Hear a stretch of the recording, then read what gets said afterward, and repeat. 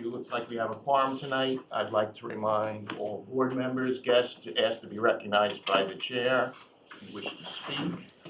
This meeting is being recorded. First item on the agenda is the acknowledgement receipt of correspondence. And 3 letters from Lorraine Iavoni, 9/11, 9/16, and 9/18. At this time, I'd like to allow any public comments with items that are not on the agenda. Anybody from the public would like to speak?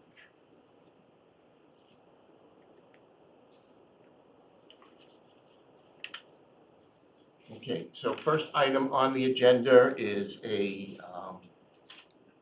pre-meeting informational presentation by Attorney Mark Glovsky and Site Manager Peter Grudeau to review the cell signaling technologies revised schedule for the application to the planning board. Betsy, any opening remarks? Saw town planner. I have not heard from them since we set this up. So, as I understand it, and as I put in my staff memo, a determination was made that they may need a variance for height because they're attaching the parking garage to the main buildings. Okay, So I will let Mark Glovsky and others explain. Okay, Mark, the floor is yours, and welcome. Thank you. Good evening, Denny Hall. I'm here tonight with representatives from our team, Peter Grudeau, as you mentioned earlier, Peter Mudo and Craig Thompson from CST, Charlie Ware, who is providing engineering services from Hancock, Greg Keller from Columbia Construction, who's providing project management, and Samir Sruji, who is our architect. And before we get going with respect to the item that was just mentioned by Betsy, what we've been trying to do with you since we first came to the planning board is keep you abreast as you asked and as time has gone by. We've had the good fortune of being slowed down a little bit by issues with the zoning bylaw, but that's not monumental at this point. We've got more important things that are on the table. Before we get into the building height and construction issues, it would probably be appropriate for Peter to give the planning board an update with respect to a few matters that have been addressed since we were last before you. Mr. Chairman, Yes. could I just ask that Mr. Glovsky sit so he doesn't have his back to Mary? Oh, I was doing that so that ultimately I could see the screen. Oh, that's okay, it doesn't Yeah. bother me. Well, Thank you, it it is doesn't safe. bother Can me. somebody sit next to me? Well, it's the lower. I'm not trying, you, I just think it was, Okay. no, it is without there. yeah, thank you. Everybody's comfortable? Okay, thanks, I just think. Okay. So I just have 2 very quick updates. When we were here for one of the earlier meetings, we were talking about, we and the board were talking about the environmental side of the site. And one of the board members asked whether we would have an ecologist as a part of the team. I think that CST heard that request and thought it was a great idea. And they have subsequently engaged a company called Biohabitats out of Baltimore, Maryland, who are experts in this field. And they are now an integral part of the design team, working with the landscape architect, working with HTA and others to ensure that the species that exist on site are protected and cared for, that native flora and fauna that might have an opportunity to be reintroduced can be, and that we're coordinating with particularly the trustees, our abutters, so that any ideas with regard to wildlife and that kind of thing can be coordinated with other landholders. So that was just, I think, an update as to a response to a request, and one that I think is gonna provide some interesting results. The second is, I'm sure you all know that a project of this size goes through what's called the MIPA process. And MIPA is an opportunity for all state agencies to have a look at a project early in its conception, and they have an opportunity to provide feedback. So we have now successfully completed that process. It can be a one-step process or a two-step process. In our case, it was a one-step process. We submitted an ENF, and the secretary determined that that was adequate. We had a site visit with multiple state agencies. All the state agencies were invited. I think several members of this board and Betsy were there. And within the certificate that we received, there are some recommendations for mitigation. The only mitigation of substance are some traffic-related items, and they're all enumerated in this. This is a publicly available document, and I'm happy to provide a link. I think you got a link originally, but happy to provide it again. But most of the mitigation is modest in nature in terms of some bike and pedestrian improvements, some commuter rail and some accessibility to commuter rail and that sort of thing, and the possibility of a future light at the end of the northbound off-ramp on School Street. So those are the big mitigation items. And that Street light? Street Light. Talking about a street light? street light, yeah. Traffic signal, A traffic signal. traffic signal, yeah. Okay. Happy to take questions, but that was my update. Thanks, Peter. Um, Any questions from the board first on that? Okay. As we previously explained to the board, the team decided that after studying the site and getting through due diligence, that the most appropriate location for constructing the building on the property was the scarred, disturbed area of the site, and that it would be appropriate to avoid disturbing to any great extent the previously undisturbed portions of the site. And it was also determined that rather than having a couple acres of parking, as we explained before, structured parking would make more sense. And consequently, after having made those decisions and applying the requirements for the project to that area of the site, it was determined that there were some unexpected challenges. And Samir has been dealing with those challenges in an effort to provide the town with what the town wants and to provide cell signaling with what cell signaling wants. To accomplish all that, it means that the building is more expensive and it doesn't give cell signaling everything it would have wanted in an ideal situation. And the ideal situation would have been to put the building on the upper portion of the property, which is the undisturbed area. We wouldn't be talking about height variances. We wouldn't be talking about anything that required relief from the board. However, that would have been totally inconsistent with what this board and the town wanted.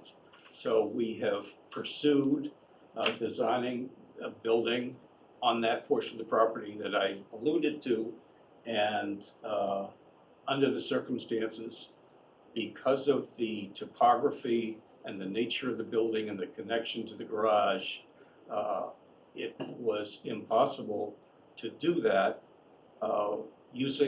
applying the definition of building height, which is looking at pre-construction grade every 20 feet around the perimeter of the building.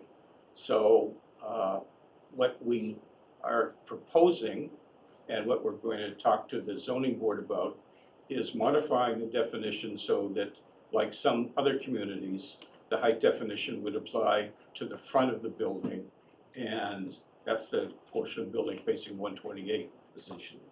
So Samir will explain to you what the limitations were and how he's responded to them. So a lot of this is hard to imagine, but we do have some visuals that will help. I would start by actually showing, let me share first.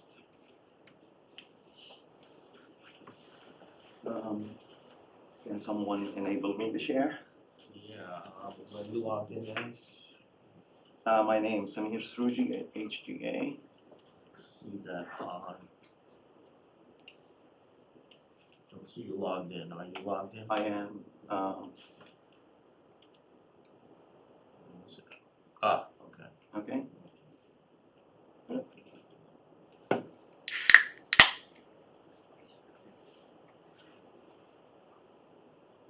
Good, can I share? You should be able to. Great, thank you. Last time we were here, in February, we showed, this kind of animation that focuses on the very important message from CST relaying the town's desire not to be seen from 128. It's basically the development to be, discreet behind, the trees. And we did this animation to show how the garage and the buildings beyond are sitting in the low parts of the development, the disturbed parts. And as you go down with the camera angle, from seeing it, here's the kind of the building phase 1 and 2 with the garage in the background. And we wanted to convince ourselves and you that we actually won't see the development from 128, whether heading east or west or north. And by doing that we developed oops, enough of that. The master plan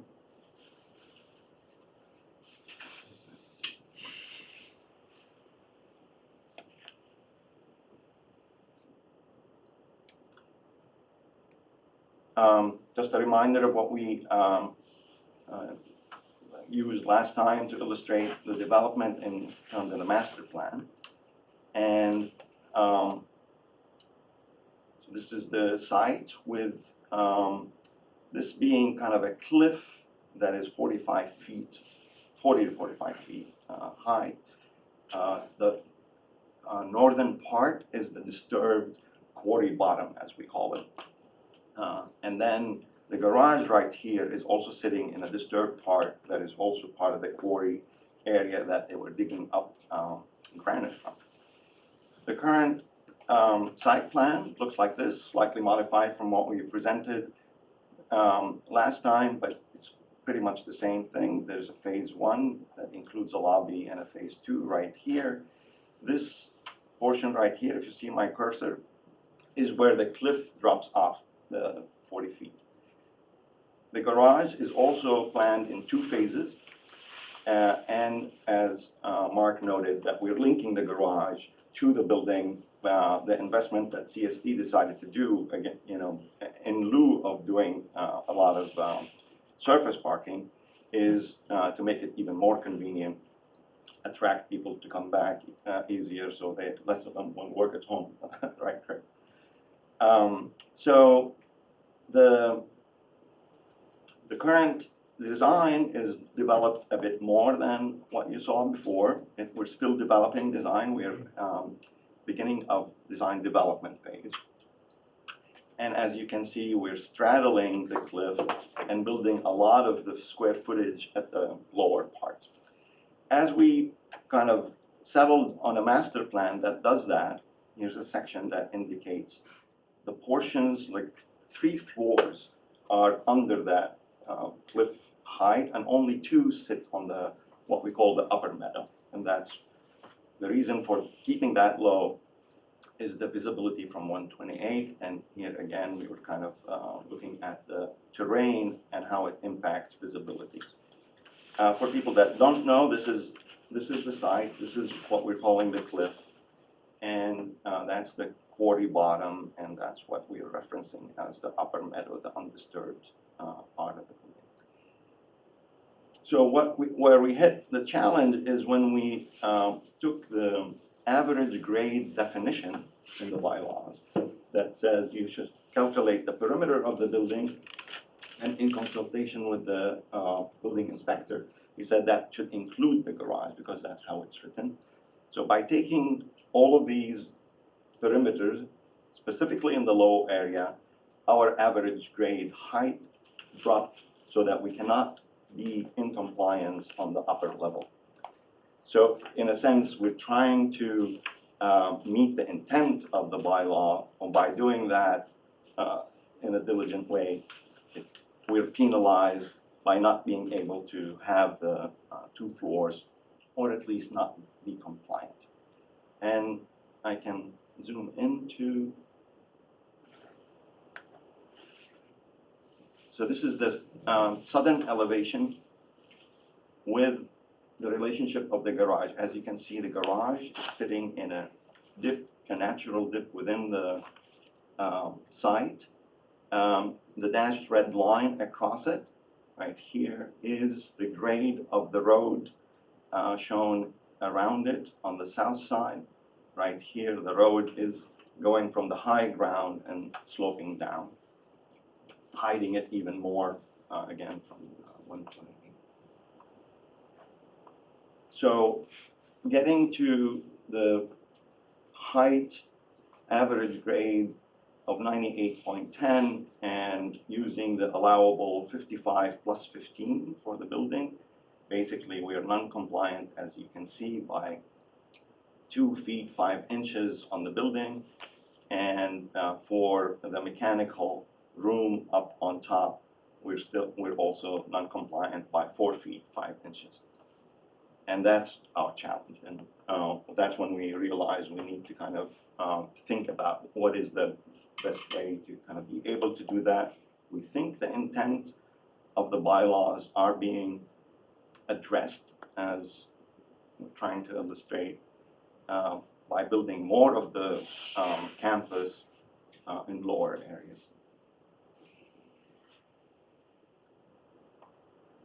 And as Mark said, we thought, comparing the bylaws to other towns, neighboring towns, that it is common to see that the definition of average grade is relevant to the front elevation or the main entrance elevation of a building. And we're proposing that that would actually help us do that, help us meet and be compliant. What you see in blue is what we are saying is the southern face of the whole complex, phase 1 and phase 2. And if we use that, that would allow us to be compliant on the roof right here, and compliant with the 15 feet for the mechanical apparatus on the roof. So that's what we came to get your advice on, your thoughts on this approach. And Yeah. Mark, There are a number of different ways to approach this. And obviously, we were all on the same page when we tried to make modifications, or modifications were made to the bylaw that would enable an appropriate 3-story lab building. And we anticipated when that was done, without really applying it to this weird site, that would work. And if this were a normal piece of property, it would work. The height definition in the zoning bylaw works for 99% of the buildings that would be built in Manchester. They're mostly single-family homes. But when you look at a building that's, I don't know how long this is from stem to stern, including the garage, but when you look at the length of the building and the significant change in topography, it makes it virtually impossible for us to do this with the current definition. Alternatively, as I've said before, the building could be put in a different location and we wouldn't need this relief at all. So we didn't want to apply to the zoning board, Brian, without explaining to you how we got to this point. If somebody can suggest a better approach, we'd certainly be willing to consider it. But at this point, we think that we can make a presentation to the zoning board that would be consistent with the requirements for obtaining a variance under these circumstances. And ultimately, what we're proposing to do is designed to be consistent with the purposes of the zoning bylaw. What's the height of each floor? 15 feet floor to floor. For the lab building, the mechanical systems are usually quite robust, so you need the height. Does it have to be 15? It is what, to make it a building that lasts and sustainable over its life. Yes, that's what we recommend as lab planners and lab architects. Any questions from the board or comments?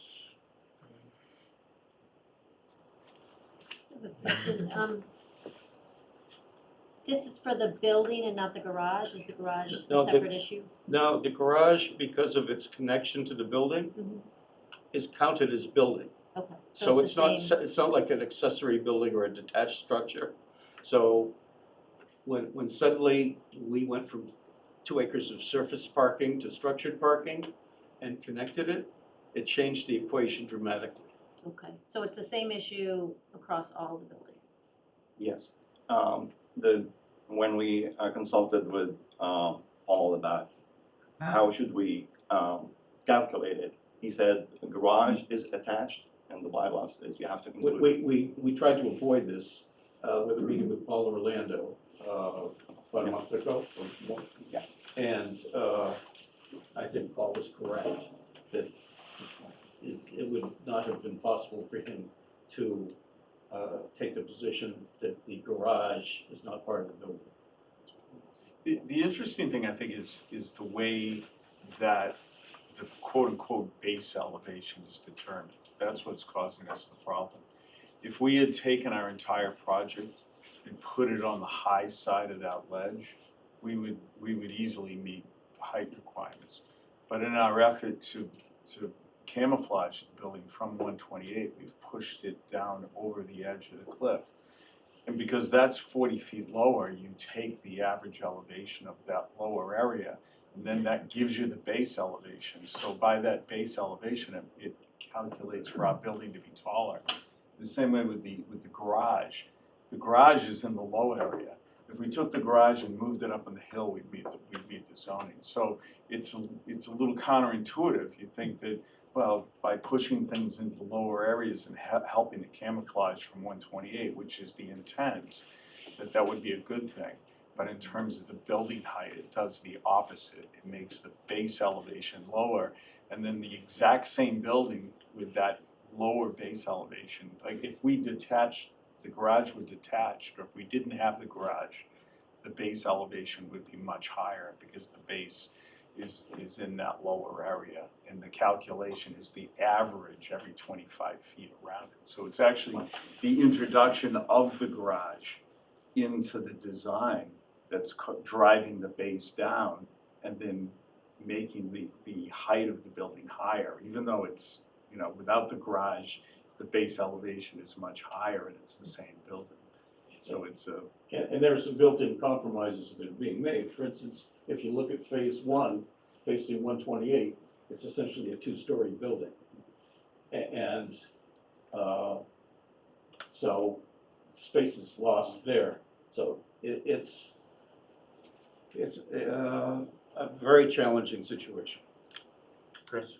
Is it fair to say that you didn't really change the height of the building, you're just trying to calculate how exactly. you're going with the zone? So it's not a change in design, it's a change in interpretation. Right. Exactly. So my understanding is we changed this language about a year ago when we did the recodification. So is there simple language that you can propose? We're apparently going to have a November 13th meeting. Is there language that we can change? To me, I'm not crazy about a variance. Is there language that we can change for the LCD that would simply make this at the November 13th better for your project? I haven't thought about that. I don't know whether. I mean, it could be simply the actual dimension. Right? I mean, we calculated this different a year ago, so. So exactly, the 55 came from an abstract site, and I think this, at the time of the variance discussions. So this is a very specific site that has this challenge, and we're trying to kind of design to the nature of the site. But if your question is, what's the simple request that we would change? Instead of 55, we would ask for X, which we're not ready to do. That is more, but To that's. me, I'd rather see something like that than start giving out variances. I think we're starting down a slippery slope with the 40A and the 40B across the street. I just feel like granting a variance when we had so much conversation about this project, I feel like if we need to change some language to make it fit. Well, if I may, there's a good reason why Chapter 40A includes the opportunity for boards to grant variances. They are limited significantly to situations where the topography of a property, soil conditions make it impractical to be consistent with the bylaw, and that are unique to a particular site. When we look at this property and this project, I don't think there's a better example of a project that would legitimately justify the granting of a variance. And so I don't think it would be precedent setting. And what we would propose is that the zoning board allow varying the description of building height, to change it from the perimeter of the building essentially to the front of the building. And as Samir mentioned moments ago, there are communities that determine building height on that basis. I understand where you're coming from, and I wish we weren't here having this discussion. But to try to revisit the idea of building definition and going back to what would probably be the spring town meeting would really be. No, I think it would be November. But I'm not sure that there's reason to do that, because I think the opportunity exists already in statutes to do what we're proposing to do. So I guess the law changed at the same time, you knew the conditions, so for me, I'm having a hard time justifying the bylaw changed in essence for this project, and the conditions haven't changed, so. We knew the conditions, but until you do your due diligence, until you do your civil engineering, until you begin to try to design a building, you don't know how all that is going to affect a project. So there's been a lot of effort that's gone into the design and development of this project over the last year and a half. And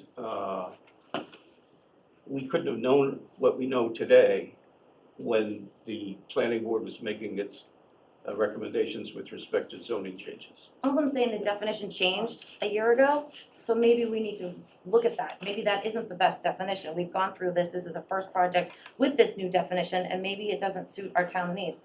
The definition didn't really change dramatically. The definition is essentially the same. The only thing that changed is a 55-foot building height. No, we changed how we calculated it. No, let's not get into an argument over that, what we're doing, what we can do. Is there any other questions on the board? Yeah. I have an opinion about this, but I don't think this is our jurisdiction. They've applied for a variance. and We this- haven't applied yet. you intend to apply in a very near term, and I think it's the ZBA's and I appreciate you coming to ask us, but and then my opinion is that if they can build it on the undisturbed area, and that is one of their alternatives, that the ZBA may well determine that the variance is in the best interest of the land and the town, which is what they're gonna be charged with thinking about and the project. So if, you know, the risk here is that variance is denied and they go and say, well, we're gonna have to use all the undisturbed land and build it that way. So I don't know how the ZBA will view that, but I do think it is the ZBA's jurisdiction, and Well, Are you looking for a blessing from us? one of the reasons we're here is because this is really a planning issue. And we think that it's likely that the zoning board will ask the planning board for recommendation. And we're not asking you to make a determination this evening, but we wanted you to know a little bit of the background, and we're happy to come back and answer any questions and provide more information. But we haven't applied, we'll probably be applying in October, almost October, and voting with a meeting before the zoning board mid-November. That would be our intention at the moment. Mr. Chairman. Does ZBA typically ask us for our opinion on variances? I don't think so, typically, I don't recall ever doing that. yeah, so I think it's a I don't know if ZBA. Sarah's on. I think it's a ZBA, it will be a ZBA matter, whether, regardless of what we, I mean, Well, the zoning board does ask others for opinions from time to time. Sarah is on, I don't know, Sarah, do you have a comment?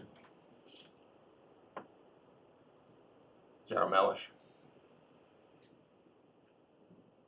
Sorry, I was trying to find me on mute. Yeah, we certainly can ask for input from the planning board. It would have to be quick, because if it's submitted in October, we need it before us on our meeting in November, which is the third Wednesday of the month. So we need a response right away. We have to open our public hearing then.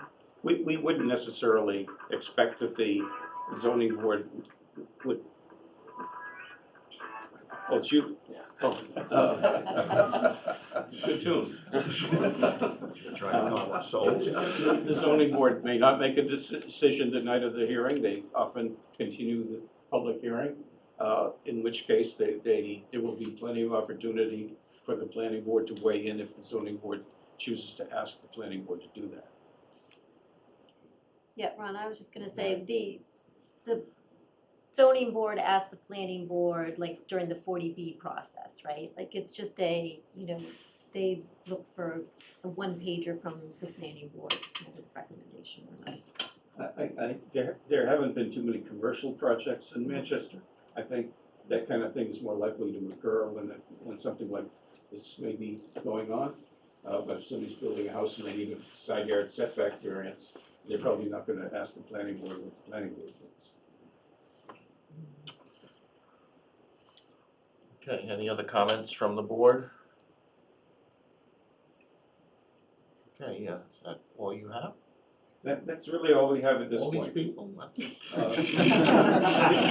These people are here. If your line. they ask questions that were too difficult for me, the professionals are behind me. Brought in the support, okay, any questions from the board on that? have you done a box, yeah, sorry, with Mr. Chairman, with your permission. Sarah? Have you done a box model of the fit on the undisturbed land? Not since then, but early on, it was one of the ideas. And the response from CSD was that's not gonna fly by the town.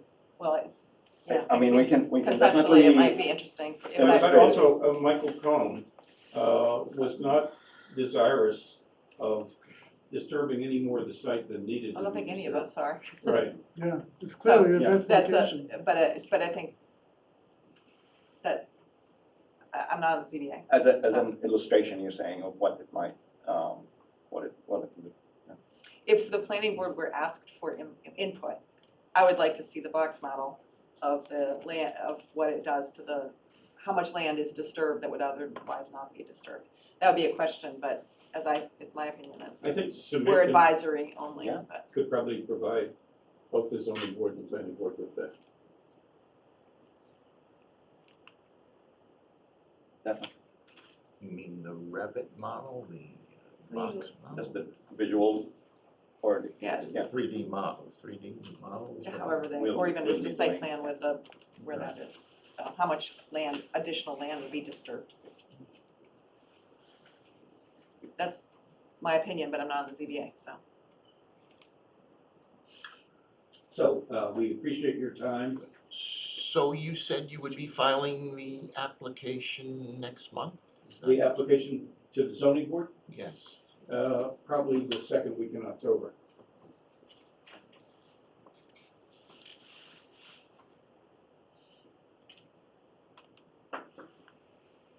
Okay. Thank you. Thank you for your time. Thank you. Thank you.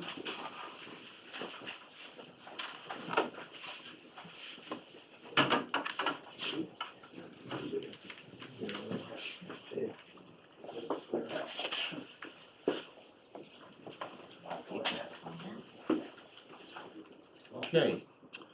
Next up is a floodplain bylaw primer.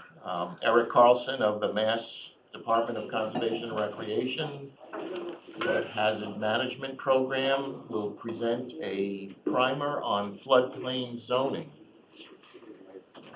Betsy, any opening remarks from your conversations?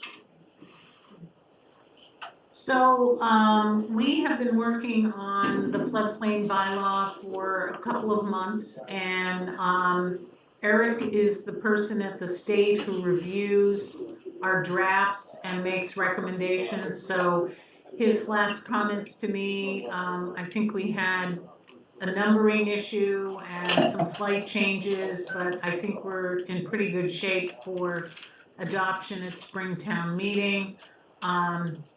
Legal counsel also had a couple of additional comments. That was pretty much it. And we have since found, and it's noted in my planner's report, that apparently there's a delay on the floodplain maps, so they will not be finalized until June, July of 2024. Oh. So adoption at Springtown meeting is I think right on target.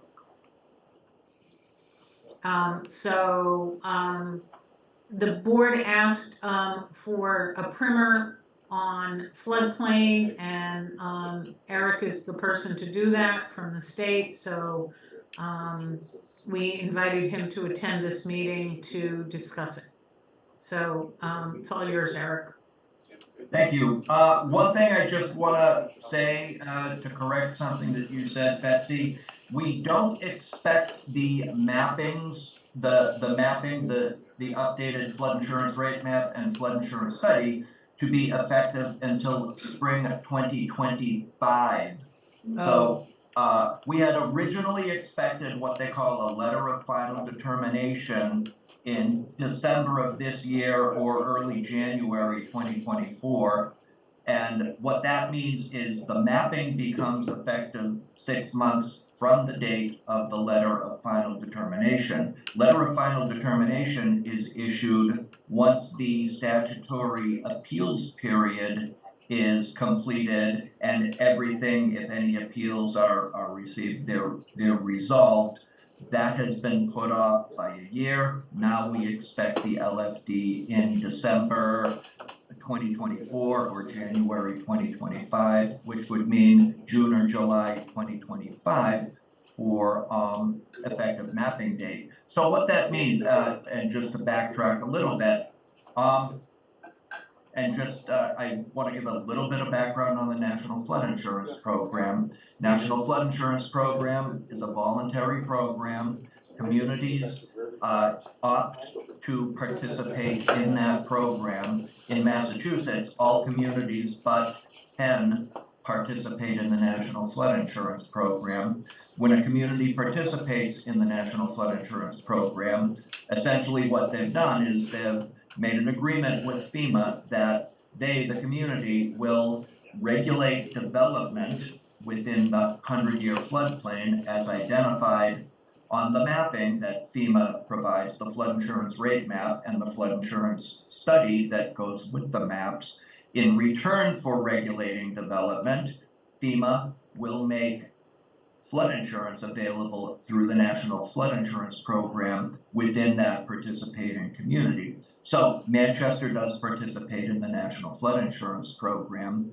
And something that's required when mapping is updated is the communities have to update their local regulations that are required by communities that participate in the program. They have to update their local regulations to adopt the new mapping. And there's been a mapping update underway now for several years now. And like Betsy said, it was expected to be effective in the spring of 2024. It's now been delayed. In addition to updating the local regulations to adopt the mapping, we are also requiring that communities also update their local regulations to be compliant with what we call our state model bylaw. I said before that participating communities are required to regulate development in the 100-year floodplain. The way that works in Massachusetts, most of FEMA's standards that are required for participating communities are actually in state regulations. So communities are required to meet those state regulations regardless of whether they participate in the program or not. State regulations, primarily the Building Code and the Wetlands Protection Act regulations. Any of FEMA's requirements that aren't in a state regulation have to be adopted at the local level, and it's usually in a zoning regulation, and that's true in Manchester by the Sea. And it's true in most communities. Some communities have their local regulations in a local wetland regulation.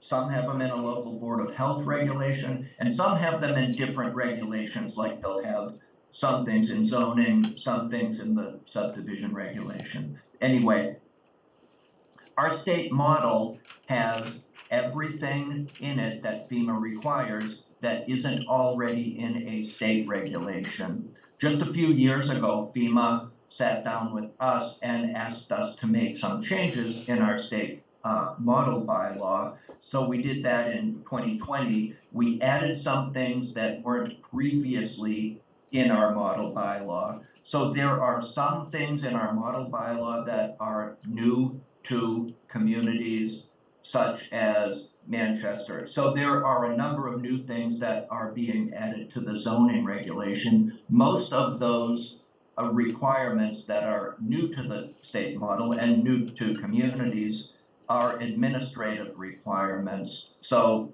the requirements that are new to the state model, they're not new FEMA requirements. FEMA has required these all along, but they identified these as being deficient in our previous model bylaw.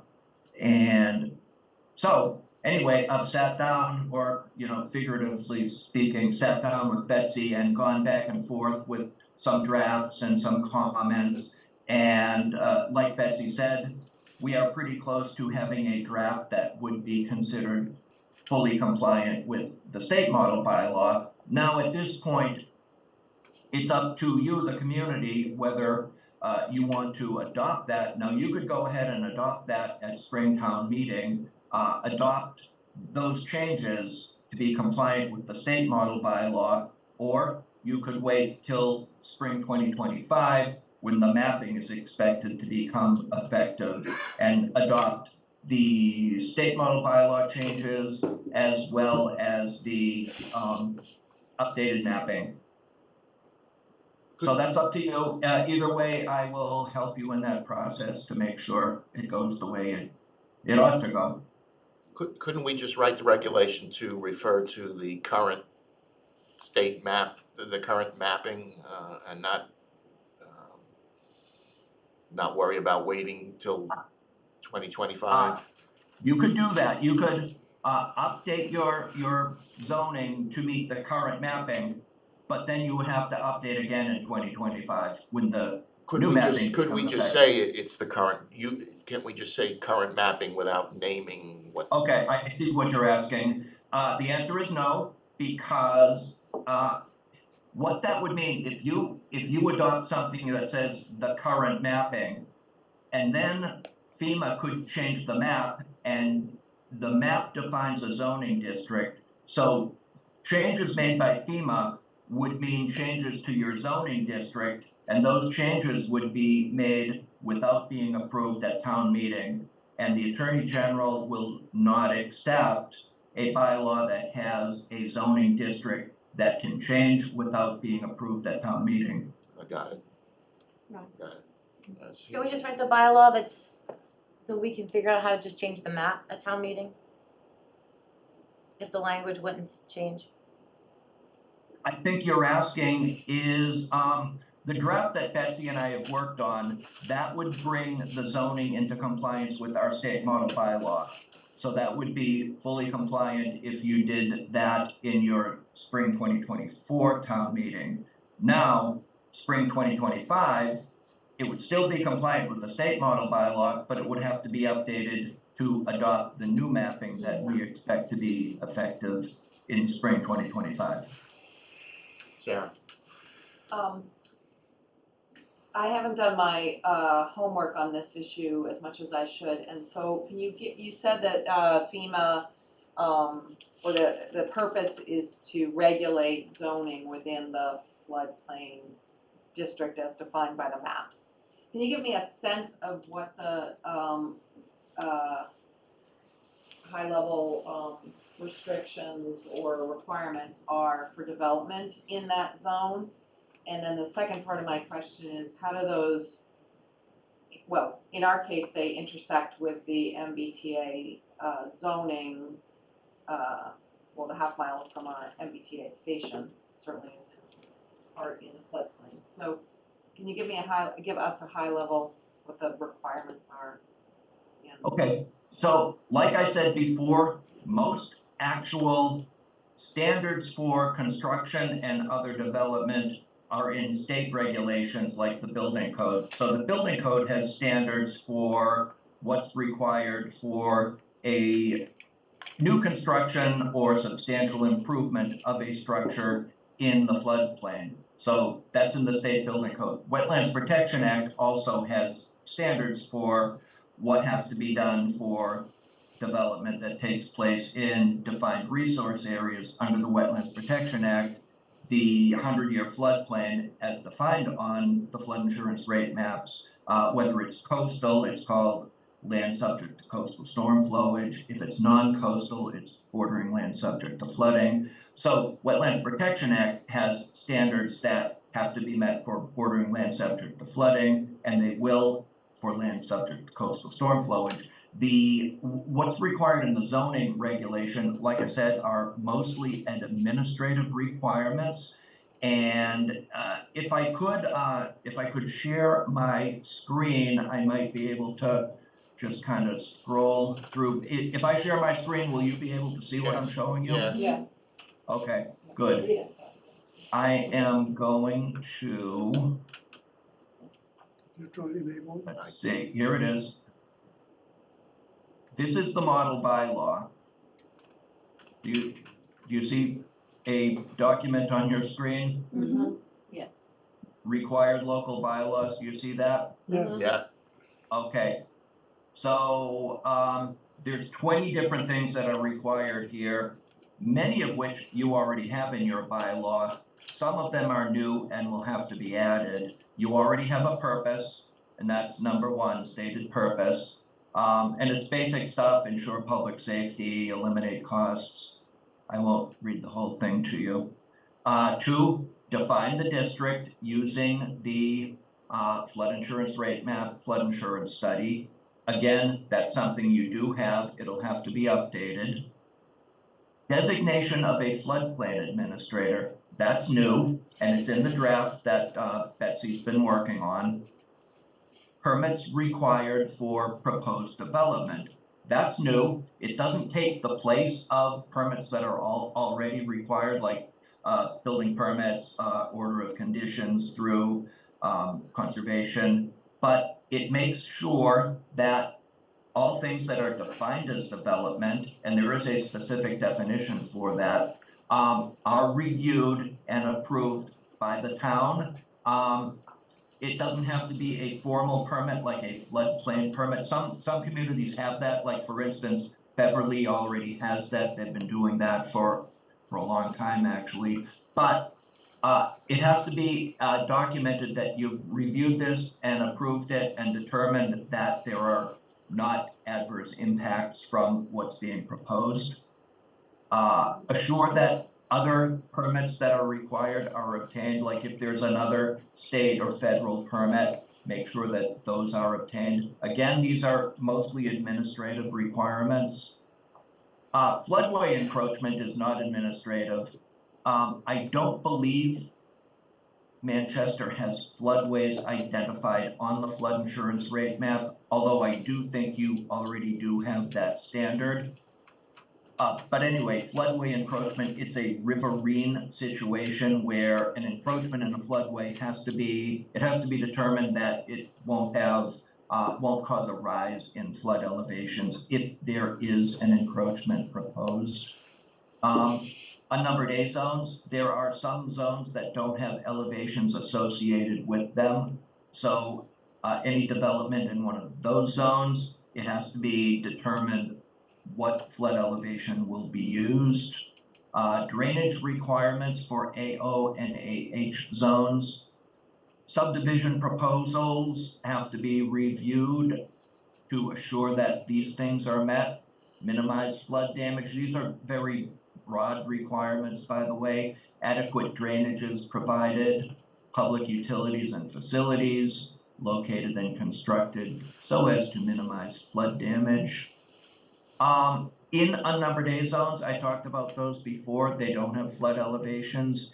Any development, 50 lots or 5 acres, the developer has to, or proponent has to determine base flood elevations for those proposals. There are requirements for placement of recreational vehicles, protection of dunes. These are notification requirements. This one's already in your bylaw. So if there's a watercourse alteration, notification has to be made. Again, a notification requirement if there is a proposal that changes flood elevations. FEMA and my office have to be notified of that, so we know about it for future mapping changes. There are requirements for variances to building code requirements. Now, most communities, including yours, building code variances are done at the state. So what the town has to do is just document that the process was followed and notification is maintained in your records. Variances to your local zoning.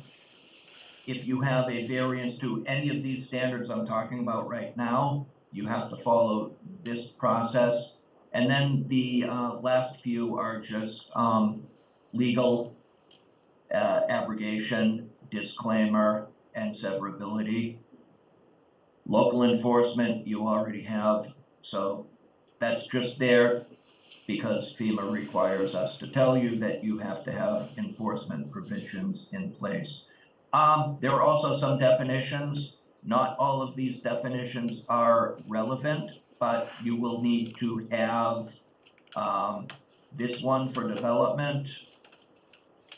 I don't think you're going to need floodway. I will check on that. I don't think you have floodways.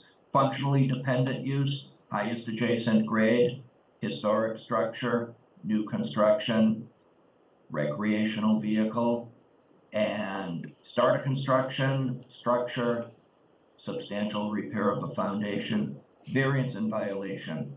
So it sounds like a lot, but it boils down to a couple pages. I forget how long. Betsy can tell you how long it is, but anyway, those are the things that are required. Okay. I'll share. So does anyone have questions on Any questions? what I've said Chris? so far? I have a question. You mentioned that it would be okay for us to delay adopting the new regulation until the maps are valid? Yes, Is we the- are not gonna require that communities do 2 updates. So what we were originally going to require was when the maps become effective, communities update to adopt the maps and to meet the model bylaw. The maps are put off for a year, so we're not gonna make communities update once for the model bylaw and then update a second time for the mapping. You can do this if you like, and I'll help you if you wanna do that. But you have the option of doing everything in the Springtown meeting 2025. Is the town at any risk in the meantime while we're waiting to update the bylaw?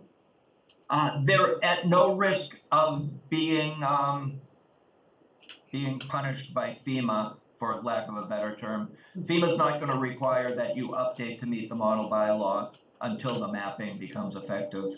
But is there some other reason in terms of protecting the floodplain that maybe we do want to update sooner? I think having the fully compliant state model bylaw would be helpful, because there are a few things in there that aren't in your bylaw right now that you might have trouble enforcing if it came down to it. Like, for instance, if somebody had a recreational vehicle and they had it in a place that was a floodplain, and you don't have that standard in your local regulation, it's not in a state regulation, so you wouldn't be able to enforce it. That's just one example.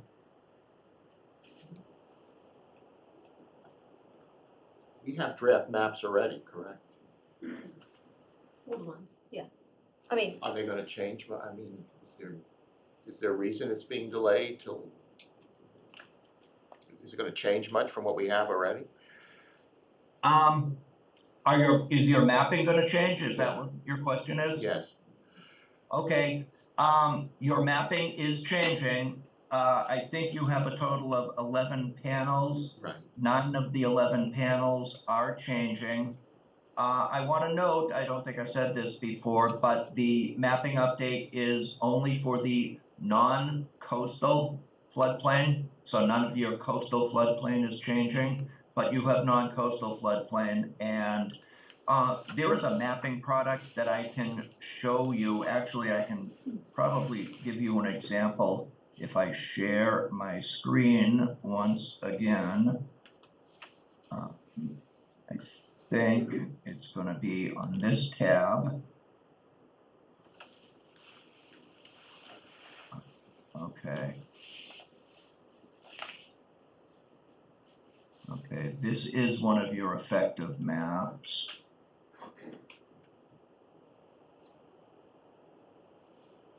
Okay, hold on. We could see the map before. Yeah, But not now. We can see Zoom, we see Zoom now.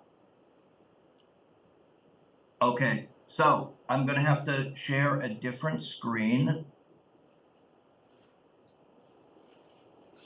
Share screen.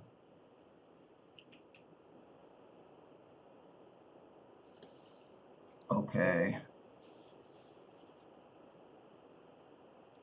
Do you see a map Yes. Yes. up on your screen? Do you see my cursor moving around? Yes, Do you see this yellow area? yes. Okay, this is what's called, and I can send you a link and you can look at this. This is a website that shows changes to all of the panels. Right now I'm on panel 434, which is one of 9 panels. So the legend will tell you that this yellow area is newly added floodplain. So that's how this works. Yellow indicates newly added floodplain, and purple indicates floodplain that's been removed. So you see all the yellow areas. those are newly added floodplain. This is all, again, this is all non-coastal floodplain areas that I'm showing you.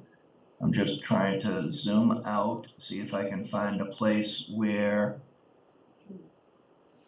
floodplain has been reduced. There are some places, like over here, I don't think, yeah, there's Wenham. So anyway, I can show you, I can send you this link, you can look at it yourself. It's kind of hard to do in the course of the meeting, but as you can see,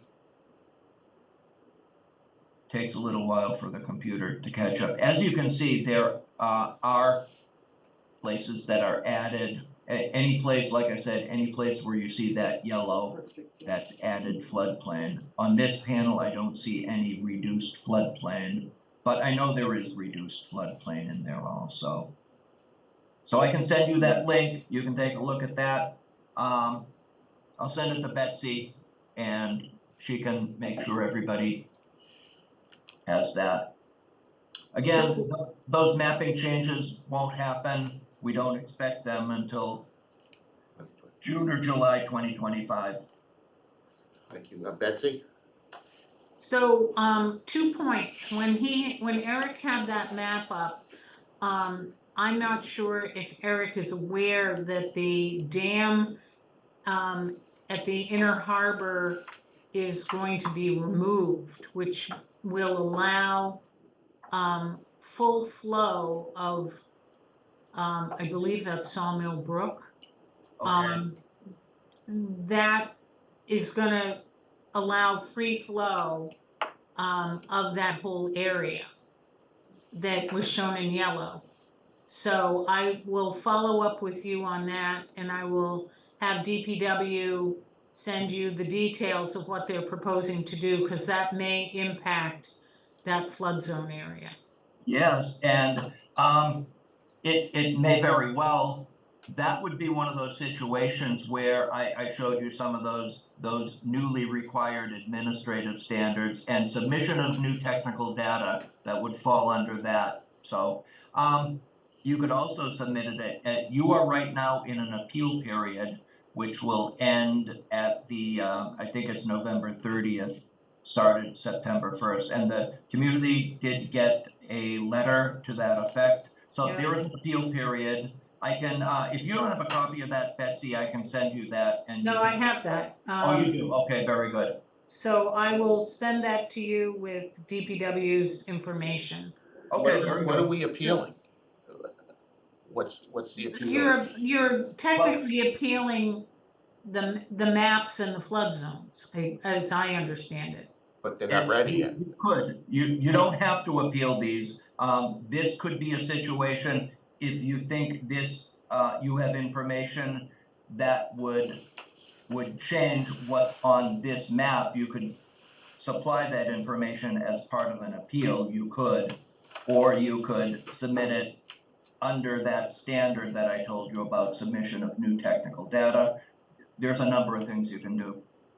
So the second issue I had is, one of the new elements is floodplain administrator. And I know that in other communities I've worked in, sometimes it's been the planner, sometimes it's been the town administrator, sometimes it's been the building inspector, sometimes it's been the conservation agent.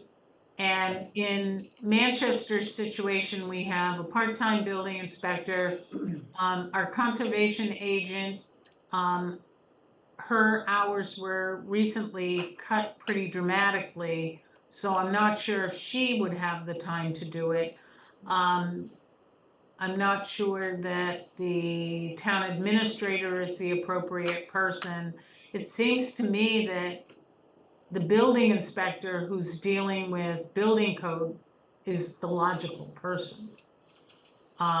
So anyhow, right now the bylaw is worded so that the building inspector is the floodplain administrator. So that's something that warrants some discussion. That is a decision that's up to the town. I will say that, like you just said, Betsy, most communities, I would say, select the building inspector or building commissioner, but it's up to the town which person they think is appropriate. Mary? Thank you for this, it's been very helpful.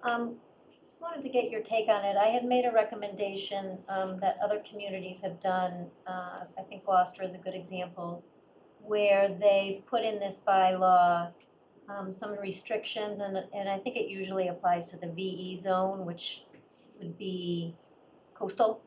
And I don't even know how many houses or buildings we have in that zone, that limits future, expansion of a property. Do you have any take on any of that? That's something you could do. That would be considered a higher standard. FEMA has minimum standards, so participating communities at a minimum have to meet FEMA's minimum standards. If they want to have more protective standards, they can do some of those things through zoning, like they could have something like you just said, limiting, expansion of a building based on square footage or percentage of square footage. Generally, we encourage that sort of thing. Generally, there's a lot of pushback when a community wants to do that sort of thing, but So would that you, is something you can consider by all means. and would you advise that, I mean, obviously, we should first get an inventory of even how many buildings or houses we'd be talking about. Is that correct? Yeah, I think you should do that. You do some research and see how many people would be affected and how they would be affected. But not till 2025, correct? When the maps are out. I thought he said coastal wasn't changing. Ah. Is that correct? The coastal Right. panels aren't changing? Your coastal floodplain is not changing. Okay. Okay, that's great, thank you. You're welcome. Sarah? So as I understand it, the, actual requirements for a building are, unless we add something in zoning, are in the current building code. Right. All building standards are in the building code. Okay, so the, You can't have building standards in local regulations because the state has a uniform building code. okay, and then the second so then the applicability of all of these, the bylaw would only apply to someone who is making a change to their property and seeking a building permit. Right, so these standards would apply for new development or changes to existing, which would be considered development. Okay, and what is the threshold? You mentioned substantial, you didn't say substantial renovation, but what's is it a level 2 renovation or level 3 or level 1 in code? No, it's something different. Of course. That is a building code definition, substantial improvement, and it's defined in the building code and it's consistent with FEMA's regulations. It's defined as any improvement to a structure, the cost of which is 50% or more the value of the structure prior to the improvement. And buildings that are substantially improved are required to meet building code standards for flood-resistant construction. So an addition, that's not 50%. An addition could be a substantial improvement. It would be determined by the building department. Okay. Thank you. You're welcome. Any other comments from the board? Yeah, I'm More actually comments? finding, online, I see an actual presentation from 2016. We don't need to go through it about the actual building code, but I just skimmed through it. I think it's helpful. Is that it looks like it's from you, Eric, in 2016. Is there a more current version of that we could just, I could probably send you, I do presentations on building code a lot, so I could probably send you a more recent building okay, code that'd be helpful. presentation. Then we get kind of a sense of what those requirements are in the code. Yeah, sure. Because then we know what we're referencing. That would be helpful. Okay.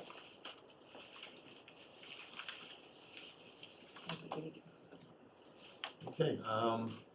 thank you, Eric, appreciate it. I think we'll continue with, what, Thank you very Betsy's much. done. Okay, Forward. Thank you. yep, bye. Okay, so, moving on, so since our last meeting, the select board has decided to hold a special town meeting on November 13th. Got an email from Ann that they are moving forward with that. And I know we had decided not to put anything on special town meeting if it was just stuff from zoning or our items. So since then, Laura has issued some proposed language for the amendment to table, the use table 4.2 note 13. I think I sent her proposed language to everyone. And I want, Sarah, would you want to speak on that in Laura's absence? Sure. And we want to see if we want to move this forward to special town meeting. Sure, I think, I don't have it in front of me, but the proposal is to, I believe is to strike the word employee. So we currently allow, employee housing with a special permit from the ZBA in a existing, garage or carriage house.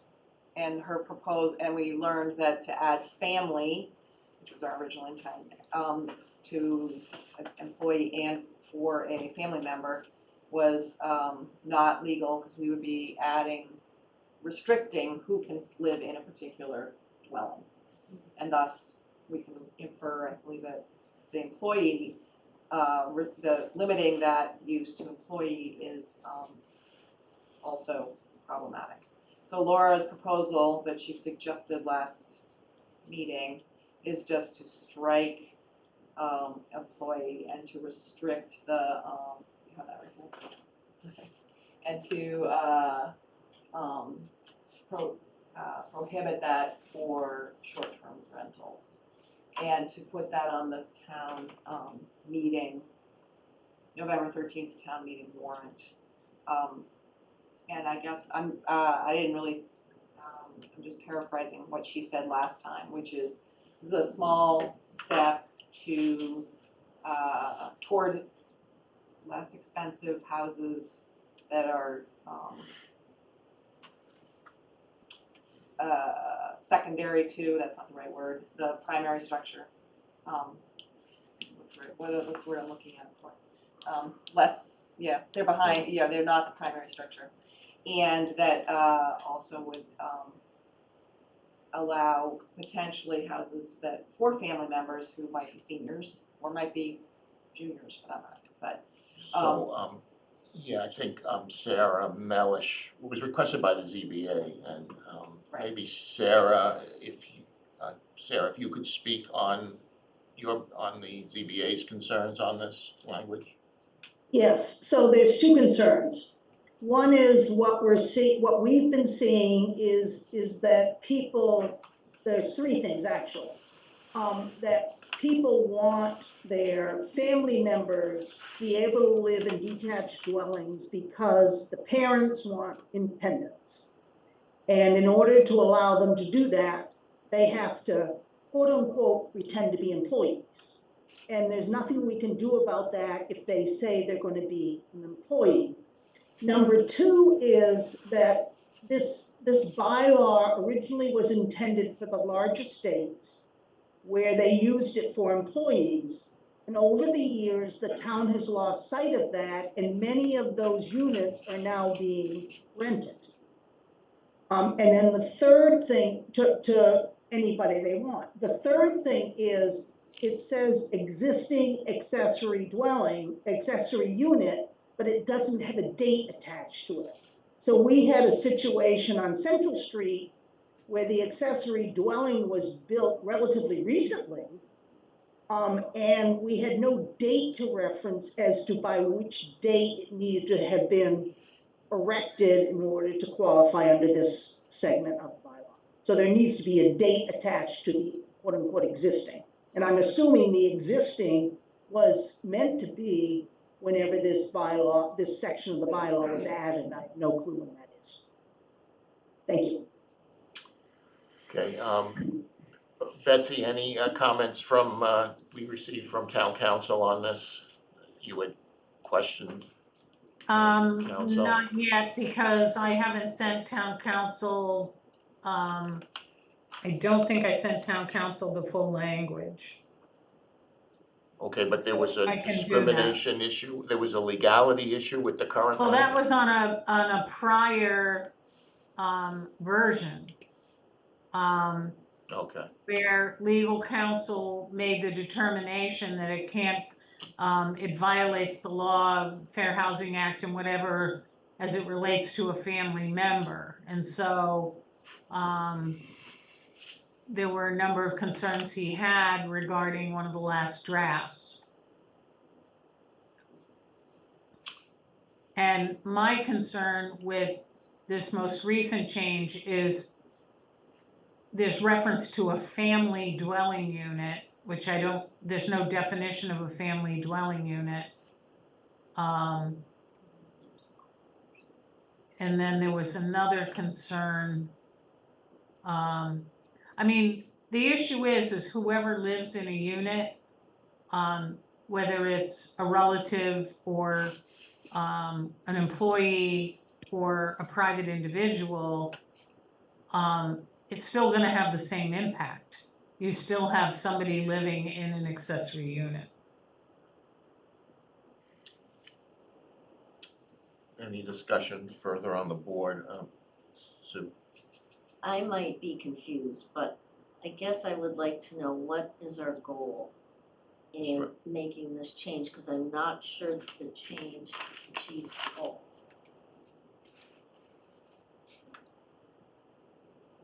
Ron, I would agree with that. Can I speak? Yeah. So my understanding is that this came about from the email that you forwarded from Sarah Melish from the ZBA saying that they were having this issue with family members. And so it was first designated to include family members. And then we found out we couldn't do that because of the legal issues.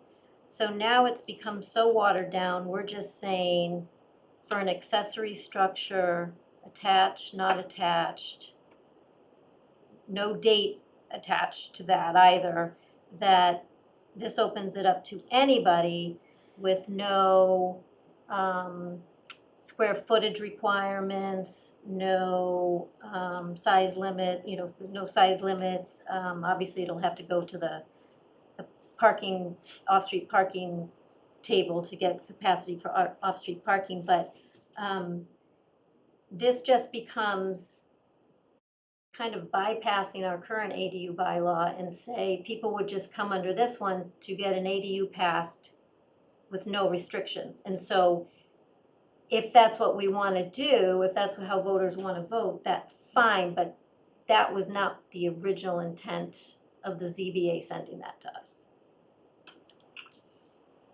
My impression, in my opinion. So, Sarah just explained, looking for family members, for parents who want independence, and that doesn't get to this.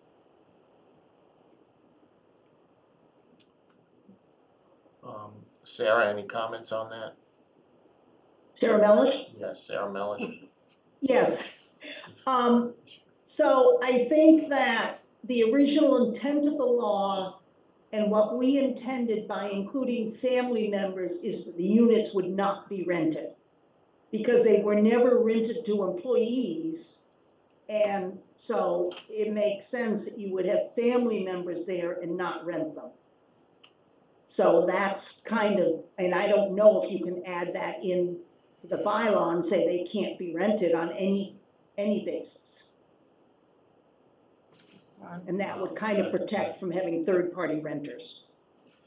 So Christine? I guess when you have an employment contract, if you're supplied housing, it's part of your employment contract. So you are renting per se, right? It's part of your compensation. So that's my number one concern there, and number two, how are we going to enforce this? Sarah? So just to correct, I think what Mary said, this, I think Laura's proposal remains to have a special permit by the ZBA, so that it's not without any oversight or controls. They are, they would be, those that are imposed by the ZBA. I suppose the ZBA could impose a requirement that the unit not be rented as part of its conditions, but I do agree with Christine that they're hard, especially over time, in the passage of time, to enforce. However, if I employ Chris to live live in my, above my garage as my, nanny, and then my children grow up and I like Chris and I continue to allow him to live there, rent-free or not rent-free, how does that change the impact on a neighbor or the impact on town services or any other thing? It's the same exact person, and whether he pays rent or doesn't pay rent seems to me to be between the individual and the property owner. So, and then to Sue's point, I think we have struggled for a long time with this particular provision, and the ZBA has. So we know that restricting, I have the attorney's language open here. Basically, you can't prohibit based on familial status, but you also can't prohibit the rental, sale, or a dwelling based on familial status, or any person based on race, color, religion, sex, familial status, or national origin. So it doesn't say whether you can restrict to employee or not. I don't know whether that's what the issue there is, but it seems to me that it's a opportunity to make a small inroad on some less expensive housings that are subordinate to the primary house. So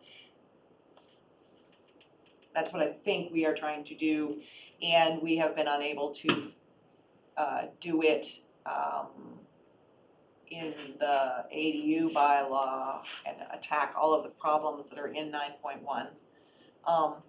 And we have this opportunity, and I don't think it's heavily used at this point. And I don't have a crystal ball. Chris? So, someone pointed out that this would only apply to existing unattached garages and carriage houses. So it's different from the ADU law, which we had said would be only within an existing residential structure.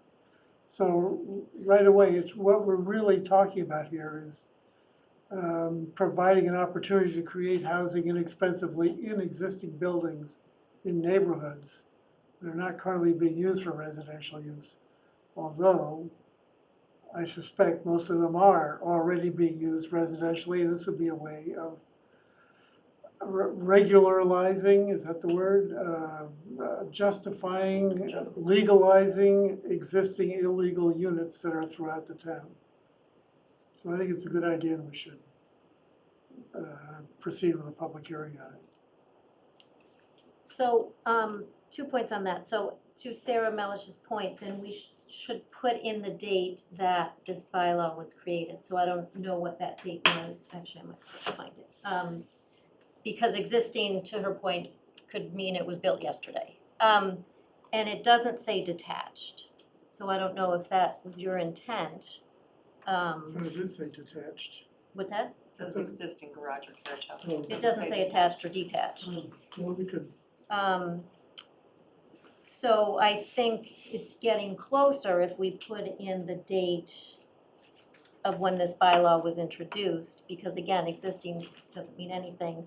And, I've already voiced my concern, but I'll voice it again, that, this is just kind of opening up for, you know, every 10 of these, we're gonna be one affordable housing unit behind, and it's opening up that, people will just use that for, you know, it might be that lovely scenario of a nanny, but I don't know how often that's gonna happen. It'll be for rentals, and, because you can't impose, again, to Sarah Malish's point, you know, that they're not rented out, so, as we continue to talk, I can look up when it was put in the bylaw. Sue? So I'm confused about that point because if it already exists, how's it going to count against us for affordable housing? If it's already existing, Well, it's just a garage now. well, it's as part of an existing. I mean, you're not building a new, are you building a new unit? Yes. You are building a new unit, okay. And I just wanna reiterate, Mr. Chair, Sarah? Laura's point last time was that our affordable housing deficit is the product of many years of growth. And it is a problem to be solved, but it doesn't mean we should stop thinking about creative ways to create senior housing for seniors or less expensive housing units, and this is one way to do that. So that was what she said last time, and just to try to reiterate that response again. 1983. 1983. Sarah Melish? Yeah, just to respond to Sue's comment is that it's only the structure that needed to be existing. You could add a housing unit to that structure. Got it. So it does create new units. We had suggested existing, excuse me. if you don't mind. Sarah's? Existing being, having an occupancy permit for 2 years. I think going back to 1983 just puts us in I mean, that's 40 years ago. That seems not in the But spirit. it eliminates the problem we've had where people build them and then they say they're existing and we have to allow the accessory use. And I don't think that was the intent of the bylaw. I think the intent of the bylaw was whenever it was passed, that it was anything existing as of that date, Well, we could also say 5 years or something. Mhm. I mean, it's all arbitrary. right? It's not really arbitrary, I'm sorry, Ron. Can Christine? I don't really feel like it's arbitrary. I feel like people can build an accessory building and then, 5 years later, they can install whatever they want, and this is another way to get around this law. So if the intent of this bylaw was to, use existing buildings, that's fine, but I don't think people can plan for 5 years. You can have a rec room and then all of a sudden now you have a rental unit. So I just think it's another way to get around this. So if the intent is to do an ADU, then do a proper ADU bylaw. Don't keep watering this thing down and giving people more back doors. And how are we going to enforce this? Are we gonna knock on doors and say, give me a blood sample of your family? I think this is, I think the enforcement, excuse me, Mr. Chairman, I think the enforcement issue is a little bit of red herring because we're not enforcing them now. That's not so gonna why be- are we going to just keep opening up a We're trying job to, of the building inspector that he's not doing? And we're gonna give him more floodplain and just keep piling on things that just don't seem to I happen. don't think we're piling on things. It's not gonna happen everywhere. We're probably not talking more than, We have a 5 or 10 part-time building units. inspector, and we're talking about adding well, jobs that's, to the So- floodplain. that's not our concern. So let's try Well, I not to think have it back is. and forth. Let's go through the chair, and then one person speaks, then the other speaks. I'm done. To do that, Thanks. you can remind the board. Sarah? We don't know how the town feels about this issue. We've talked around and around circles around it. And, a handful of people will come to a public hearing, maybe more than a handful. But the question is, how do voters feel? And we really don't know. So, I feel that this is, an opportunity to, ask voters if they'd like to provide an opportunity for these small, what I intentionally would be small units, maybe we can restrict the size, whatever, I am not sure, but let's hear from them in the public hearing, and then let's take it to town meeting and hear what the voters as a group, say about this issue, so then we have then we know what they feel. Mary? Absolutely, I think we should understand what residents want, and I think that we should do that and then draft a bylaw. I think we're kind of already preempting that we're gonna do a public forum and bring it to town meeting. I mean, I think we need to get feedback and then come back as a board and discuss and figure out if we're gonna go, this direction or a different direction.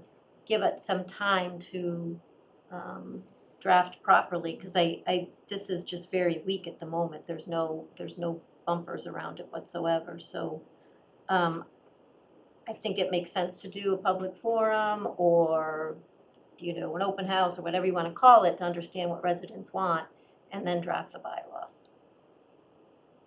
That's my 2 cents. Chris, did you have a hand up?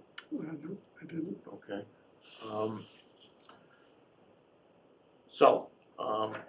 We have the opportunity to push this to town meeting, which would require someone to straighten up the language a little bit, and put this date on it, and maybe rewrite this a little bit, and then have a public hearing on it and move it, see what the public says and bring it in, or we could just, as Mary says, hold off and just have a public forum and not do any, not bring this forward to town meeting in November.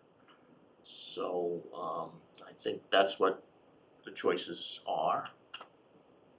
So I'm gonna make a motion that we hold a public hearing on our second meeting in October. If we post tomorrow, that we should have enough time to do that. And that we,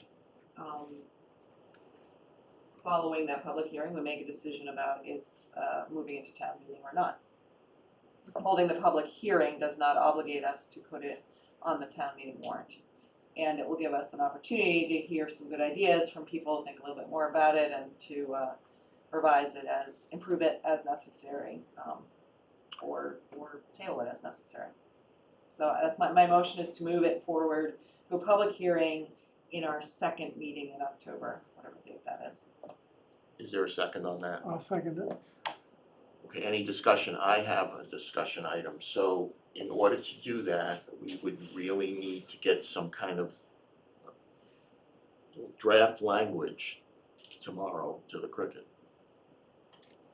in order to meet. I think we have some draft language. Okay, any other discussion? So this is the draft that's going to, okay.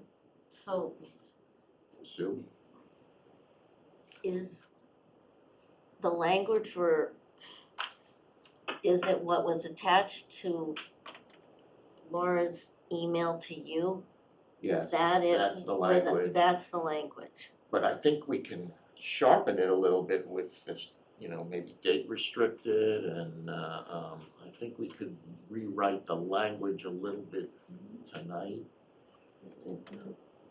The subject of Betsy or Gail, the subject of a public notice doesn't need to have the exact language of the bylaw. You could run that by me again, I believe that a public hearing notice simply needs to give notice Yes, that that's your true. opinion, We don't have that to your, nail it. you don't have We to don't have to nail nail down it the down. exact language, but you do need to have a draft at the town clerk of the draft language. But it would still be draft language at the town clerk, this is not the final language that would go on the warrant. But it should, if we can improve it, great, that's also. Betsy, you have a comment? I do, when the legal notice goes in, the legal notice can be a general explanation of what is being considered, but the date that the notice is posted, in the Cricket, that information, the language that is being considered needs to be available at the town clerk and at the library. You mean by Thursday, is what you're saying, when the Cricket publishes. Yes. But that can still be a draft. Is there further discussion on the motion, Christina? So this language is not going to town council. Is that correct? I think the final language will go to town council.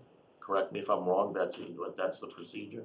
So we're gonna have a Yep. public hearing without having town council's opinion? Public hearing will be 3 weeks from now. But we're scheduling a meeting without the opinion of town council. Just wanna make sure I'm hearing this correctly.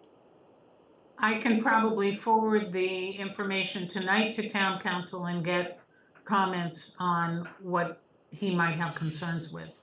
We're still not going to meet as a board and publicly discuss whatever town council is going to relay to us. We're just gonna wing it and just keep pushing these things through without vetting them Well, properly. We're gonna vet them, and then we're gonna decide whether we move it forward. I think that was the motion. So. Without town council's opinion. We would have, I think we would have 2.5 weeks or 3 weeks between now and the next meeting, or two, to have town council weigh in, and I agree, they should weigh in. Becky, you have a comment? Yeah, town council can weigh in anytime between now and, when the hearing is held, and we can tweak some drafts back and forth, I guess. We could cancel the hearing if we don't hear back from town council, and we can scrap. Oh, it. you'll hear from town council. Becky, you have you have your hand up? You're on mute. Still on mute. Becky, you're on mute. We can't hear you.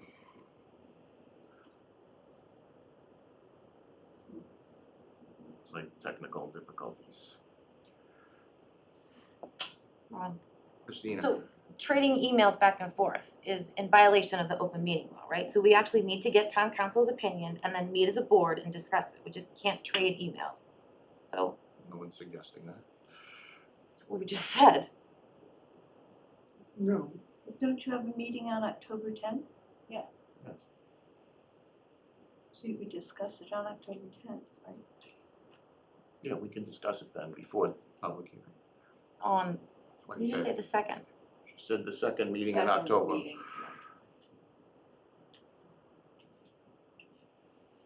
That was my concern. I thought you meant October 2nd. I'm like, this isn't gonna happen.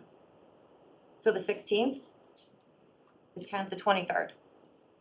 Whenever our second meeting Second is in meeting is October, October it's 23rd, I the believe. 25th or 20, it's on the agenda. 23rd. Sure, 23rd. Okay, so any more discussion on the motion? I Sue? just wanna satisfy myself, I'm sorry. So what we're voting on right now is Sarah's motion to hold a public hearing on the second meeting in October, where the public will be able to comment on the topic of this proposed bylaw. We're not voting tonight on the exact language. Correct. Okay. Is that right? And a hearing means we're proposing it for town meeting. Well, my motion was to hold a public hearing and then decide decide whether we move about forward. whether we advance it to town meeting following the public hearing. Because there is at least 2 weeks, which is the warrant time, there's 3 weeks. So if we were to take action on that, at that meeting, we could advance it or not advance it, depending on what we decide. Any further comments from the board? What, Mr. Gates, quickly? Tim Gates, 2 Desmond Avenue. I presume that there are several garage apartments currently occupied by family members in the town. I've got some likely suspects both on my own street, Desmond Avenue, and on Pleasant Street. I'm sure there are more. Are they going to be affected whether the garage is attached or detached from the principal building on the site? The other thing is, what are we gonna do about the present exceptions? And what's gonna happen down the line with the need for the 40B housing and people converting their houses or garages to make those housing opportunities. The current one, I have a suggested workaround. Mr. Gates, can you make this for the public, make your comments at the public hearing? Because right now, the board is deciding whether to even I think you move should this delay forward. it and not try to put it in. Okay, so the board will, thank you for your comments. And the, a workaround I suggest is that the family occupant be put on an employee contract at a very nominal salary, with the obligation to be on call for light house duty at any time, and they must live in the adjacent facility in order to comply with that requirement. Thank you. On Sarah's motion, all those in favor, let's go around. Sue? Yes. Sarah? Yes. Chris? Yes. Mary? No. Christina? Chair votes yes, 4-2, moving it forward. Thank you. So on August 24th, Betsy met with the Historic District Commission regarding information that they had requested on a demolition delay bylaw. The bylaw is a general bylaw, not a zoning bylaw, which aims to protect historic structures. We do not have a demolition delay bylaw. We tried to adopt one in 2012. I remember that. The bylaw failed at town meeting. So I'll have ask for comments from Sarah and Betsy on this. Sure, I had heard Betsy mention this several times, and so I got kind of interested in it. But then I spoke with Rosemary Costello, who's head of the Historic Commission, and I know Betsy also shares the opinion that this bylaw should be shepherded by the Historic Commission. And we can support them in that or not support them as the appropriate. I believe that in our packet there is a draft, either the one from 2000, a draft bylaw, just to give you a sense of what kinds of things it would include, but I'm not sure we need to take any action except to know that it's out there, it might be coming, and think about it. So I think Rosemary is on. I think Rosemary's on, if And you wanna make a she comment. may wanna make a comment, just. Yes, Mr. Chairman, I just wanted to give you a couple data points. Of the 351 communities in Massachusetts, 159 have demolition delay bylaws. This is data from Mass Historic, the State Historic Preservation Office. And of the 177 MBTA communities, 109 of them have demolition delay bylaws. Many of our neighboring communities, Essex, Hamilton, Beverly, Salem, Newbury, Rowley, Newburyport, Swampscott, they all have demolition delay bylaws. This is really a time tactic in order to give the community an opportunity to use public pressure, in a sense, to influence a property owner to preserve a structure rather than tear it down.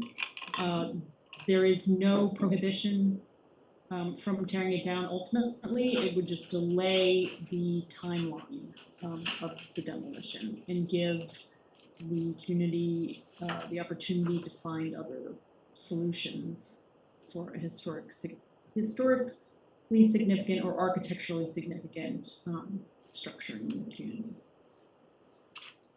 Thank you. Thank you. Any comments from the board on that? We're just going to move this, just make everyone aware of it. And Betsy, you have any comments? I know you're. I think Rosemary said a fair amount what I would say. The demolition delay bylaw from Winchester, which was in your packets, is a pretty good bylaw. And I think there needs to be some understanding and a huge public education process regarding this, because what people are gonna say is, oh, you know, you're gonna prevent me from demolishing my building, and it's really only applies to significant historic structures. And I know that the Historical Commission is working hard to get more inventory work done, more survey work done on existing buildings in town, and that's a very important element of this effort. Okay, thank you. We'll wait for something from HDC. Just on this Eastern Waste Services site suitability, Betsy Board of Health received a notice from Mass DEP of a site suitability application for a new site from Eastern Waste Services located on 24 Condolin Road in Gloucester. I think, Betsy, you would any board member has comments, I suggest we just send them along to you, Betsy, for movement on to the Board of Health. Yeah, I ended up actually doing a reasonably in-depth review of the application today, and there is a hearing that the Board of Health has the ability to comment on. I think it's sometime in early November. So the issue with this particular development is Hiltz originally had the approval for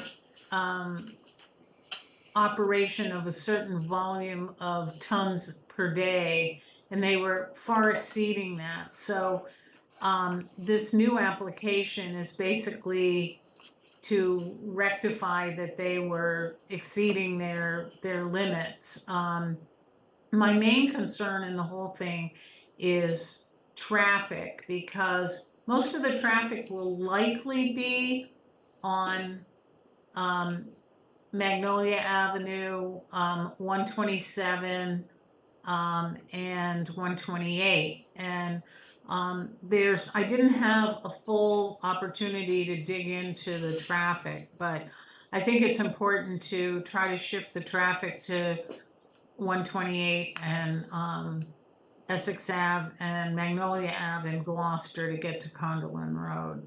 So I will continue to take a look at it.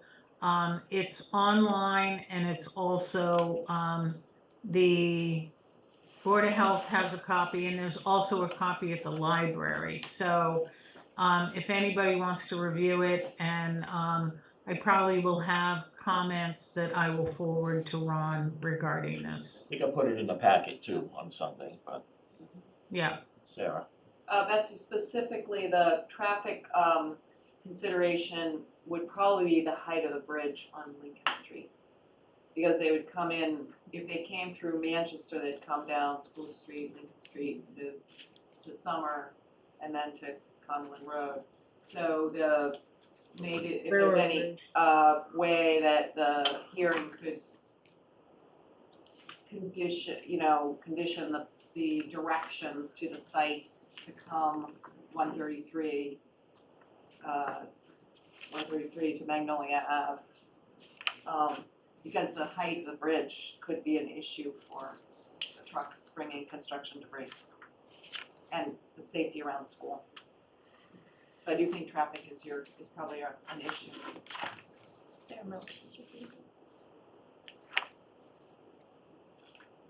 Okay, Sarah Melish. I'm sorry, I wanted to talk back on the demolition delay. Is it too late? Quickly. Yeah, so I just, if you I want you to keep in mind that 75% of the properties are non-conforming. So if they have a single-family home on it, and they do not use it as a single-family residence for 2 years, they lose the right to have a single-family residence on that property.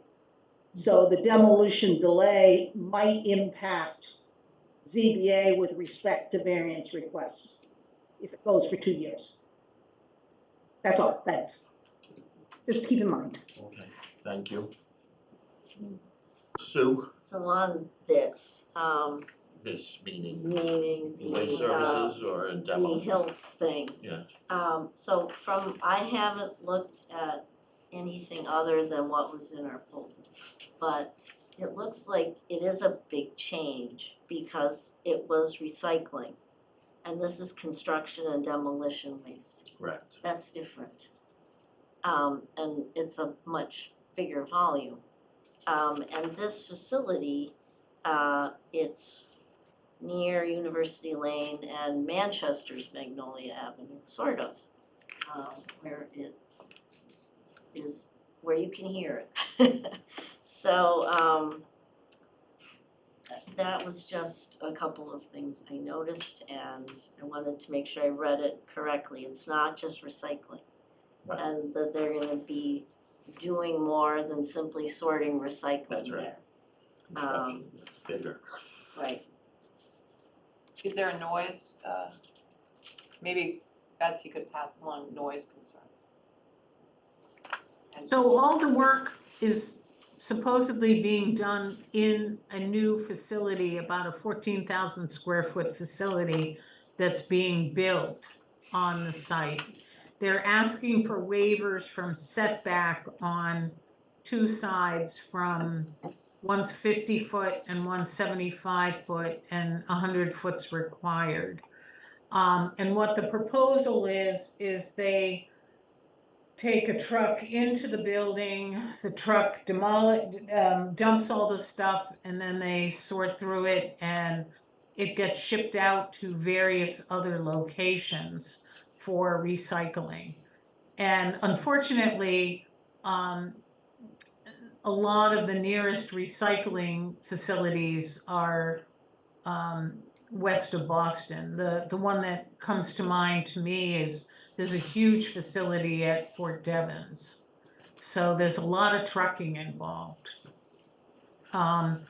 The proposed facility is within a wetlands buffer zone, so they're gonna have to go to the local conscom for that. The facility is about a half a mile from the Gloucester-Manchester line. So as an abutting community, Manchester has the ability to comment.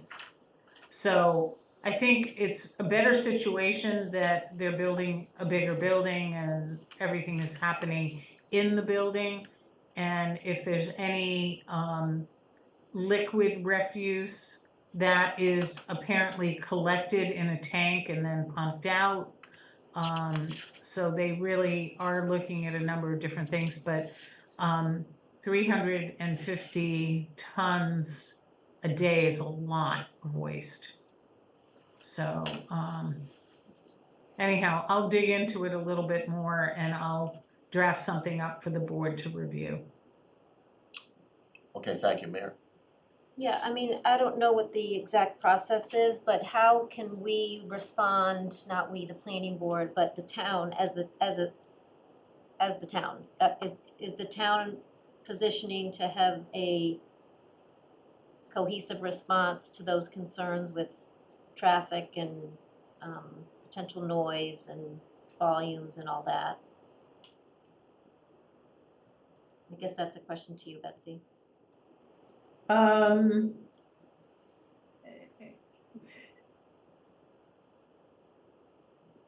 They haven't really, in my review of the application, they haven't really talked about noise.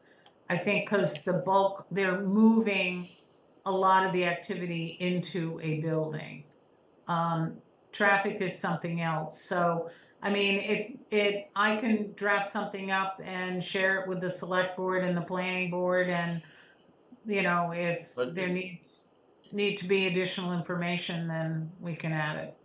But officially, this notice came from the Board of Health to us. Right, They're the ones asking for our comments. right. So if you wanna make this more of a global thing, I don't know if that's necessary, but I think the comments should be to the Board of Health. Right, but if we wanna have a cohesive response with the select board also responding, maybe Becky can advise on that, but, Well, You Becky's know, got her I- hand, let me ask Becky that question. Are you technically, Hopefully this'll work there you this are. time. Can you hear me? Yes, we're all set now. Woo-hoo! Okay. I just have a question first. We've all been, forwarded this information, but Mary, may I ask you what you mean by a cohesive response? Well, I'm I just mean, mean. we're all individual boards, so what is it you mean unless we all have a group meeting? Because as you've said, we can't deliberate via email, so if I could have a little more information regarding what you mean by cohesive, I think that'd be helpful. I just mean, or I mean that, we were sent this notice as abutters, the town is abutters to this, and so with the town's response, so I don't know if it's common practice that it comes out of the town administrator's office, the select board's office, but I would imagine any residents that are over towards that area, if they would be impacted, they would maybe have a voice to say something. And if it would impact traffic in our town, that we would have a voice as a town. So- But again, if I may through you, Ron, you said we as a town with a cohesive response, so I'm still not clear on what you mean by that. So cohesive means that I know it's, what cohesive means, but I'm saying, what is your, what are you looking for specifically? I personally am not looking for anything. I threw it out there, if the town responds in a manner that addresses all issues that are discussed either here and inclusive of the Board of Health and inclusive of the Select Board, that would be, to me, a cohesive response, that it's one communication coming from the town of Manchester to Gloucester. Okay, my understanding is they've reached out to different boards and they're asking for, and again, Ron, through you, please, they've asked the different boards for feedback. So I think that is pretty clear in terms of what they're asking.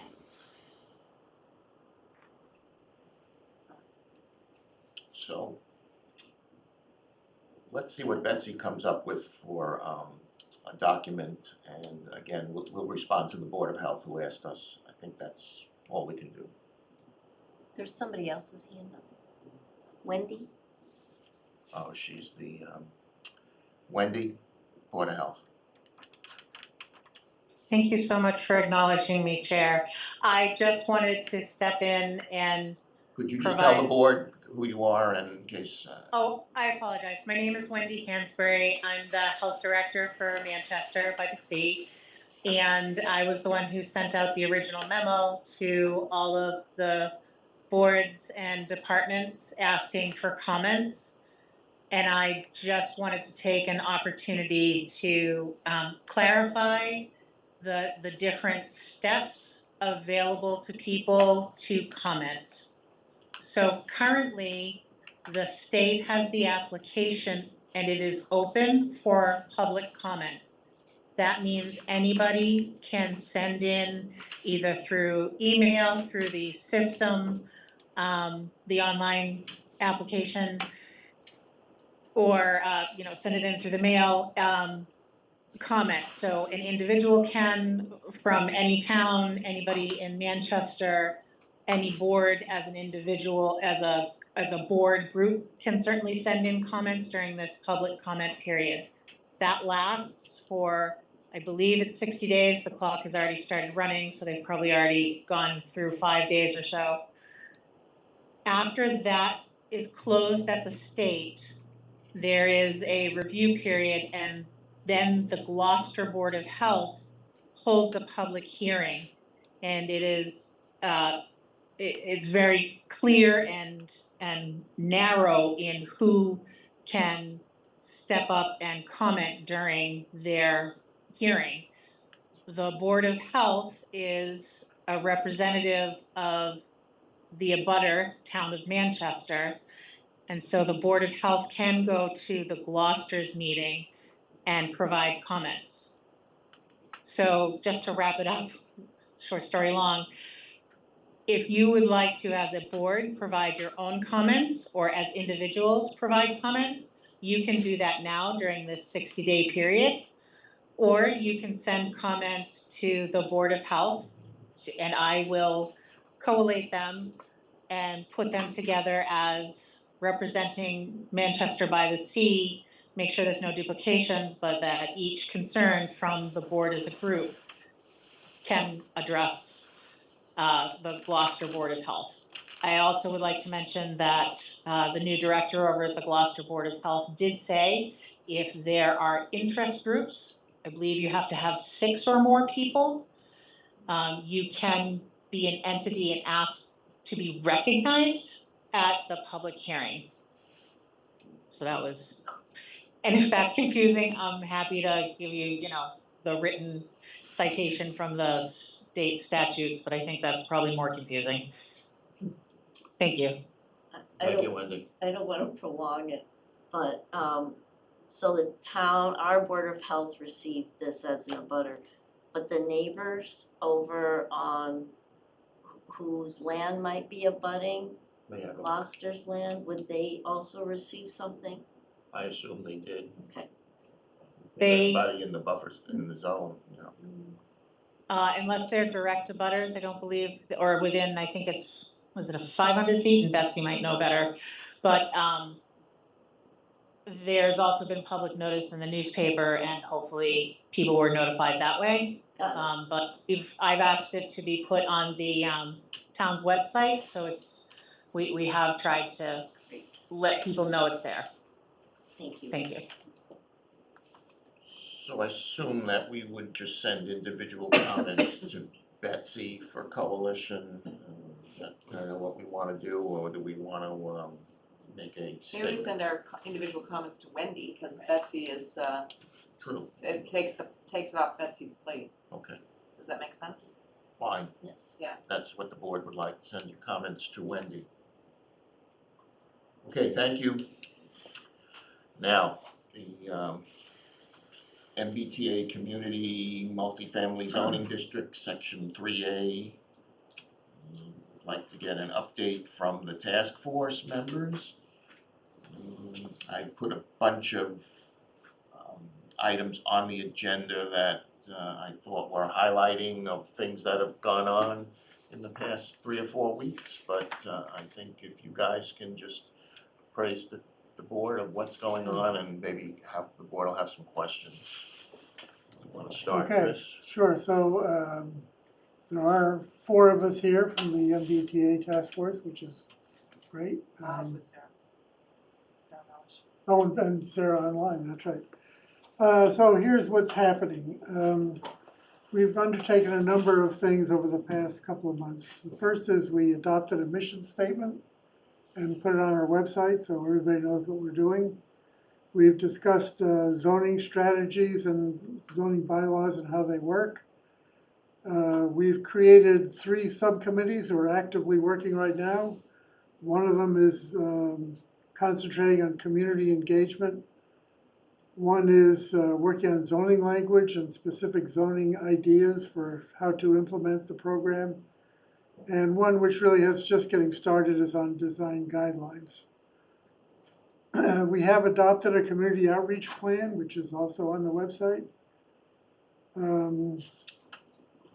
Our most recent meeting, we had a presentation from Greg Federspiel about the consequences of non-compliance. And he provided us a list of grants that we've received over the past 10 years, which would be affected if we did not comply with the zoning mandate, and also a preview of what we're applying for now that would be affected. So over the past 10 years, we've, from these funding sources, we have averaged about $528,000 per year. And those funds would be at risk.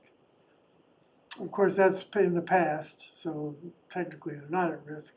But what is at risk is $8 million of identified grants over the next 3 to 4 years, which includes the Rotunda project, additional dredging in the harbor, and an infrastructure grant for helping cell signaling with their infrastructure requirements.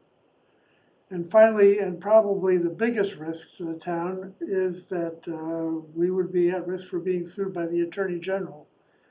That would require us to come up with a legal defense and the cost of that. And the ultimate risk is that court might find that noncompliance requires the state to impose zoning on us, which they could do. State law defines zoning and authorizes it, so that what the state giveth, the state can taketh away. The next thing that's going to be happening is there's a request for proposals that Betsy has put out for a consultant. Will be hired hopefully by mid to late October, and we'll start analyzing some of the data using the state model for how to comply with the zoning mandate. And in anticipation of that, there's a group of people who are collecting data on existing housing to create a baseline. This is complicated because the assessor does an inventory of properties for tax assessment, but not necessarily for a housing inventory. So there are some discrepancies between what we think is housing and what the assessor thinks is housing. But we do know that in the general district, there are about 500 existing units. And in the radius of a half a mile from the train station, there are over 900 residential units. So we do know that as a source at the moment.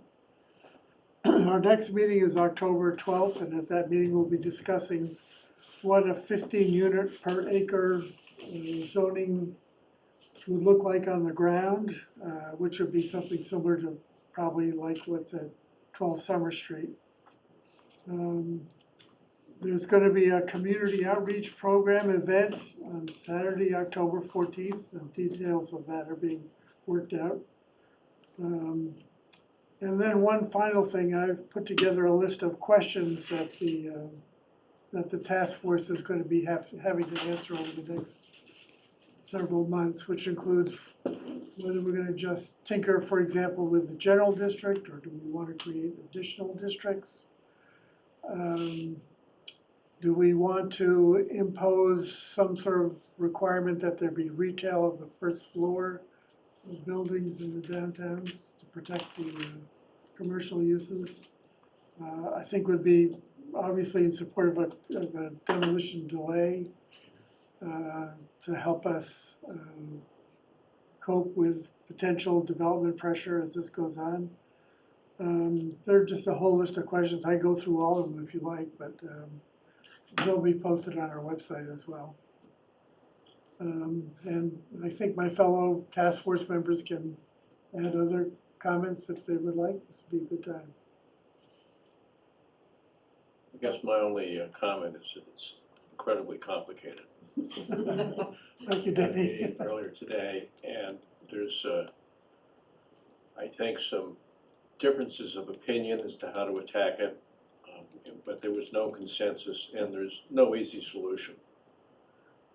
And it's going to require, I think, a lot more thought and a lot more parsing through what options might be available and what the consequences are.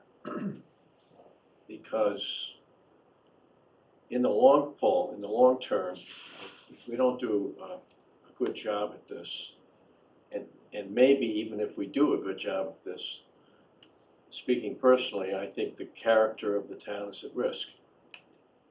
And so I think it's terribly important that we do a thorough and comprehensive job to minimize the potential negative impact of a well-meaning law that doesn't fit the town of Manchester. Yeah, the thing I would add to what Denny just said was that I think probably every single member of the task force is well aware of the potential difficulty and consequences for the town. And so there's been a proliferation really of meetings to discuss ideas and try and thrash things out and really get our arms around what could possibly be a solution. And also beginning to think about how to advocate for the town and its unique geography and all of that to get some exceptions, perhaps from the state. So with that in mind, there's a lot of work to do and there's really little time, I think. If we're gosh. shooting for November, special town meeting 2024, is that kind of what you guys are shooting for? Yes, I think yeah. So I think we need to back up, from that date, public hearings, presentation to the planning board, so there's gotta be some urgency in doing this, so Yeah. it's, I think we should come up with some kind of draft schedule of goals going forward. We have a draft schedule, which will be, well, actually, there's one sort of posted on the website now, there'll be a much more specific one. The meeting dates of all the subcommittees and the task force itself, and engagement with the planning board, Yeah, certain that steps. that end process has gotta kind of been, Sure, that's right. don't wanna be rushing this particular bylaw change. Any comments to the task force from the board, Mary? So I'm looking at this, work schedule, so the way I've looked at this is a task that the task force is doing, and then you pass it off to the planning board. And I just wanna know that date that it gets passed off to the planning board, and then we do what we need to do with it. I didn't see that here. It looked- Right, that part of the schedule needs to be worked Yeah, out. okay. I agree. Seen that. Any other comments from the board? I have lots of comments, actually. Christina? All right, so all right, first off, I think everyone knows, it's not a surprise, that I was not a fan of this task force. No surprise. So we have been asking for data for months. We have received no data. I reached out to Betsy, she said, my town planner's report is going to have an explanation of why there's no data. I still don't have any data and I didn't see an explanation. So I think it's fascinating that we're gonna have a town forum on the 12th, 14th, but the planning board still doesn't have any data, right? I've listened to the meetings, they talk about data, but the planning board has no data. What do you wanna do with the data? I wanna look at it. Okay, and? It doesn't really matter what I wanna do, I wanna see it, it's our job, we're the zoning board, we're the land use board, Ron. So it's my right to see the data, right? You can't deny me that right. 2, I do have this problem with the subcommittee applying for a grant or the town applying for a grant. With the language of zoning, the planning board never saw this grant application and we have no part of choosing a consultant. I believe, in my opinion, that this could be a violation of the municipal finance law. I see this as correlating to the DPW. We apply for a water main grant and we're gonna go talk to a consultant about replacing a water, we have no business, right? This subcommittee, in my opinion, has no authority to do this work. They have the authority through us, which they haven't done. Their charge was not done by us. They kind of on their own, making their own design, what they're ever gonna do, and then they're gonna come back to us and we're gonna say, okay, that was good, but we've had no input, even on the mission. So, and again, all right. Last Thursday, there was a meeting, and at approximately 48 minutes into the meeting, I was horrified. I really actually couldn't believe what I heard. One person on the board started the conversation and said, you know, we're trying to keep this zoning downtown and away from single-family districts. The conversation then went on to say, and Smith's Point, and Spy Rock Hill, and Tux Point. This board, every board member was there. Everyone in this room was there. Our town administrator was there, our town planner was there, FinCom, ZBA chair. Not one person spoke up and said that language was inappropriate. This is NIMBY language at its best. And I really have a problem with going forward with this task force, and they actually repeated the language again this morning. This NIMBY language has got to stop. What NIMBY language are you talking about? I just told you. No, you didn't tell us. This zone is not appropriate for Smith's Point. This zoning is not appropriate for Spy Rock Hill. This zoning is not appropriate for Tux Point. Those were 3 sentences from 3 board members last Thursday. I'm sorry, but there was a discussion about, well, I don't want to get into a back and forth here. I'm sorry. I'm asking the town council review that at 48 minutes and give us a recommendation on what to do with this. This language is inappropriate. The conversation about having a meeting on the 14th as a public forum, there's no clear message. Every meeting that I've listened to, every correspondence that I've received, the state website says that we need to zone for 585 units. Correspondence today from Betsy says 555. Our ZBA chair can't read the bylaw to tell us how many parking spaces are required. There's a problem with this task force not coming back to the planning board, who is going to ask the town to vote on this for clarification. We have a massive problem here. This is not acceptable. Any other comments? Since Mrs. Delicio would like to have things pointed out that are not correct, I do think we have to say that Greg Fetterfield came to us with a recommendation for the task force. There was a charge for the task force, and we voted it at this board. So the board did vote to endorse the task force. I applaud them, but to sort of follow up on her people being silent, I just want to be clear that we voted to. I can find it if I look, but we voted to accept the town administrator's recommendation, and I think we are partnering. This is not just a planning board issue. This is a townwide issue, and the select board has appointed people. We are well represented with strong members. People attend regularly. I was not at that last meeting, but whatever. So I think just to correct that. Certainly, Christine is welcome to, and has certainly made it clear that she disagrees with the task force as a method, but it was voted by this board, so. Yes, it was. But we did not vote on a charge as the board. They just created their own charge. So let's be very clear. They created their own charge. There's no affordable component. The language is NIMBY. Sorry. And I don't believe. Stop making misstatements like I that. am That's not. ridiculous. Would you like me to play it? Yeah, play it, please. This is unconscionable to be 48 making minutes, these a Thursday accusations. meeting. Go listen to Let's it. not have any back, let's go through the chair if you wanna make a comment. Now, you made a comment, now, Chris, do you have any comments on? Actually, I don't have any comments. I just think this is outrageous to have these kinds of misstatements made. This is Sarah Melish, I have a comment. Sarah, go ahead. I am absolutely, totally insulted, Christina.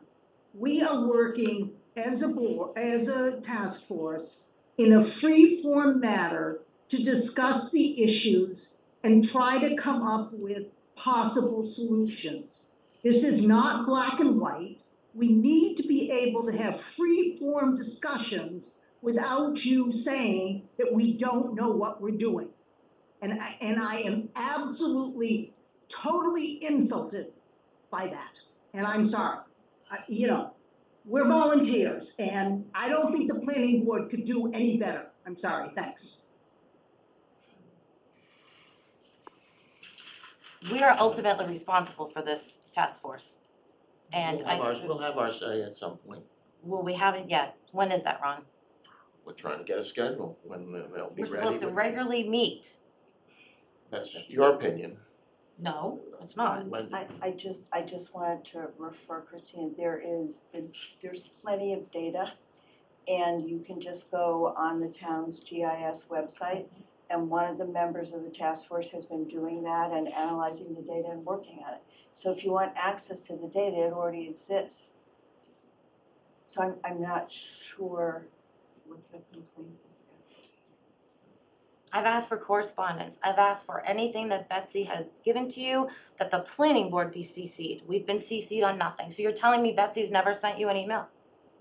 No, I'm saying for data. If you are interested in data. I'm interested in all. If we're gonna be ultimately responsible for this. Excuse me, let me finish, please. If you're interested in data, which is what you said, that was your opening first point, then the data is readily available to any citizen who wants to download it and analyze it. So if that's your first concern, and it's a reasonable and valid concern, it is available. Okay, I would like to respond, Ron. Our town planner said that she was going to have this data for us months ago. So we pay someone a lot of money to analyze this data and provide it. It still has not been provided, which we were told it was going to be available months ago. So I can do it, but I am a volunteer and we actually pay someone to do it. So my expectation is if we pay someone to do it, we should receive the information. Mr. Chairman, Becky, you have a comment? Mr. Chairman, I have a point of order. And that, we went to the town, training, and if we're gonna talk about people's reputation, character, or, professional competence, it has to be an executive session. I don't think this was competence, this was a You request. are insinuating things about a town employee, it should be done in executive session. I'm not, And it, Yeah, you You did, You you did. said something about Betsy Ware being Yes, paid and and that's- not, You no, did. you said it. it's not an innuendo. She said at a public meeting that she would provide us the You are information. challenging You're and she hasn't. challenging her, I mean, it should be, it is the state law that It's if we're disparaging. talking about employees' competence, it needs to be in executive This is session. not competence. This is not competence. well, and, several members felt that's what it was interpreted. Becky, you have a comment? I do. There was some data put in on the SharePoint of multifamily housing in some of the downtown area. I cannot invent data, Christina. The assessor's office has some glitches and I'm trying to work with them so that accurate data gets put out as opposed to inaccurate data. I also addressed it in my staff memo. So that's what you get right now until I can get the assessor's office to generate accurate data. Becky Jakes, you have a comment, you have your hand up?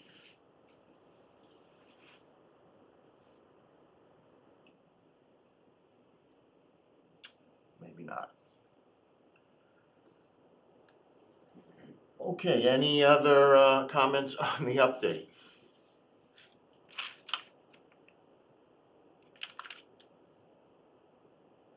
Okay, look forward to your session. Thank you for your hard work. Appreciate all of the task force is doing. Got a hard job.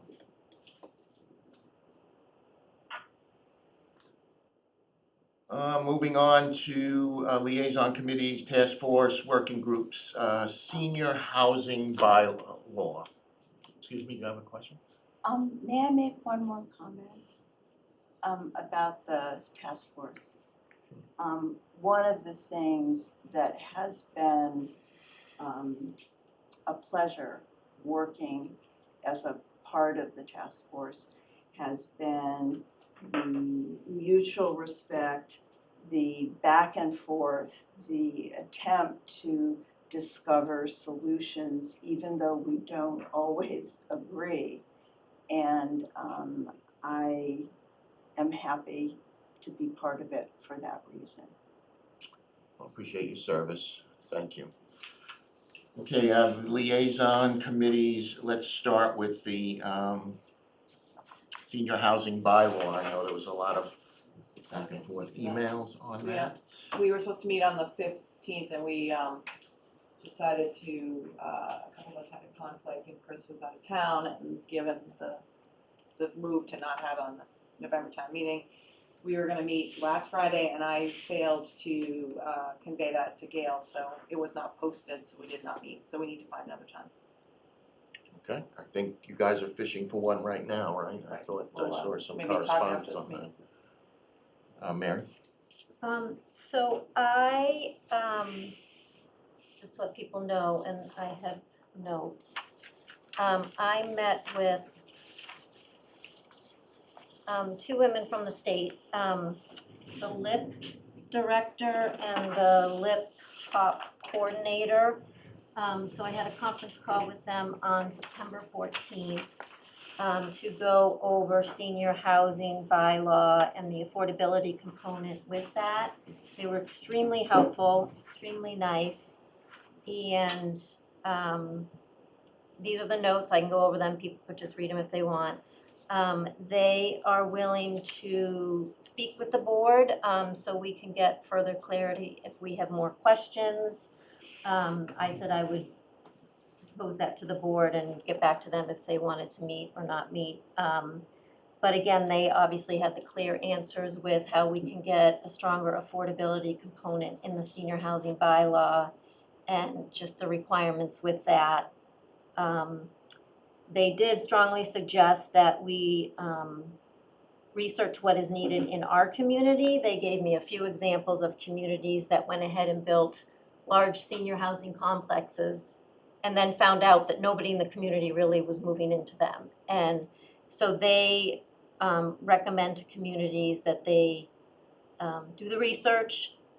Surveys are good, they said, because again, they get the scenarios where you know, it sounds good to say people want to downsize and stay in the community, but what they find out is the scale is not always to what people think or build. And then there's obviously asset limit requirements that if you have over the 275,000, you're not going to qualify then for the affordable pieces. So anyway, just lots of good information. They were very helpful, sent me some other documents, and I think it'd be helpful with the bylaw. Okay, thank you for that research. So is it something that the board would like to have them come in and speak? Or not come in, but, you know. I think I think that was a good idea when we're ready for this. Or the subcommittee. Well, subcommittee can make that decision and bump it up to us. Sure. Okay. Anything on the harbor management plan advisory? No, it's now back to being a committee and people need to get sworn in. Very exciting next step. Okay, on the CPC, we're having our annual public hearing on September 28th, which is Thursday. It's an open public hearing.